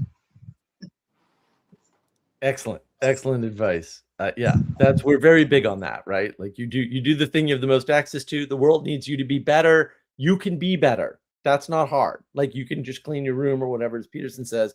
You'll be better. That will make the world better. You don't need to involve yourself in, do I side with Israel or Palestine? But by the way, you can side with neither. That's easy. Or you can ignore the whole thing. 4 big good options there, right? But just be better, and yeah, focus on the things you have the most access to, we'll say, and everything will work out fine. And look, I'm glad that so many people showed up. that makes me very happy because this is hard to do by myself, especially when I'm not feeling well. And yeah, this is just the beginning of Christmas. Merry Christmas, everybody. And look, for pirate live streams at least, although there's always a possibility I'll have a live stream before next Friday. This is the last pirate live stream for this year, and I really appreciate everybody showing up. And take care of yourselves and each other. And I will Yeah. be seeing you. Merry Christmas and Happy New Year, everyone. Bye.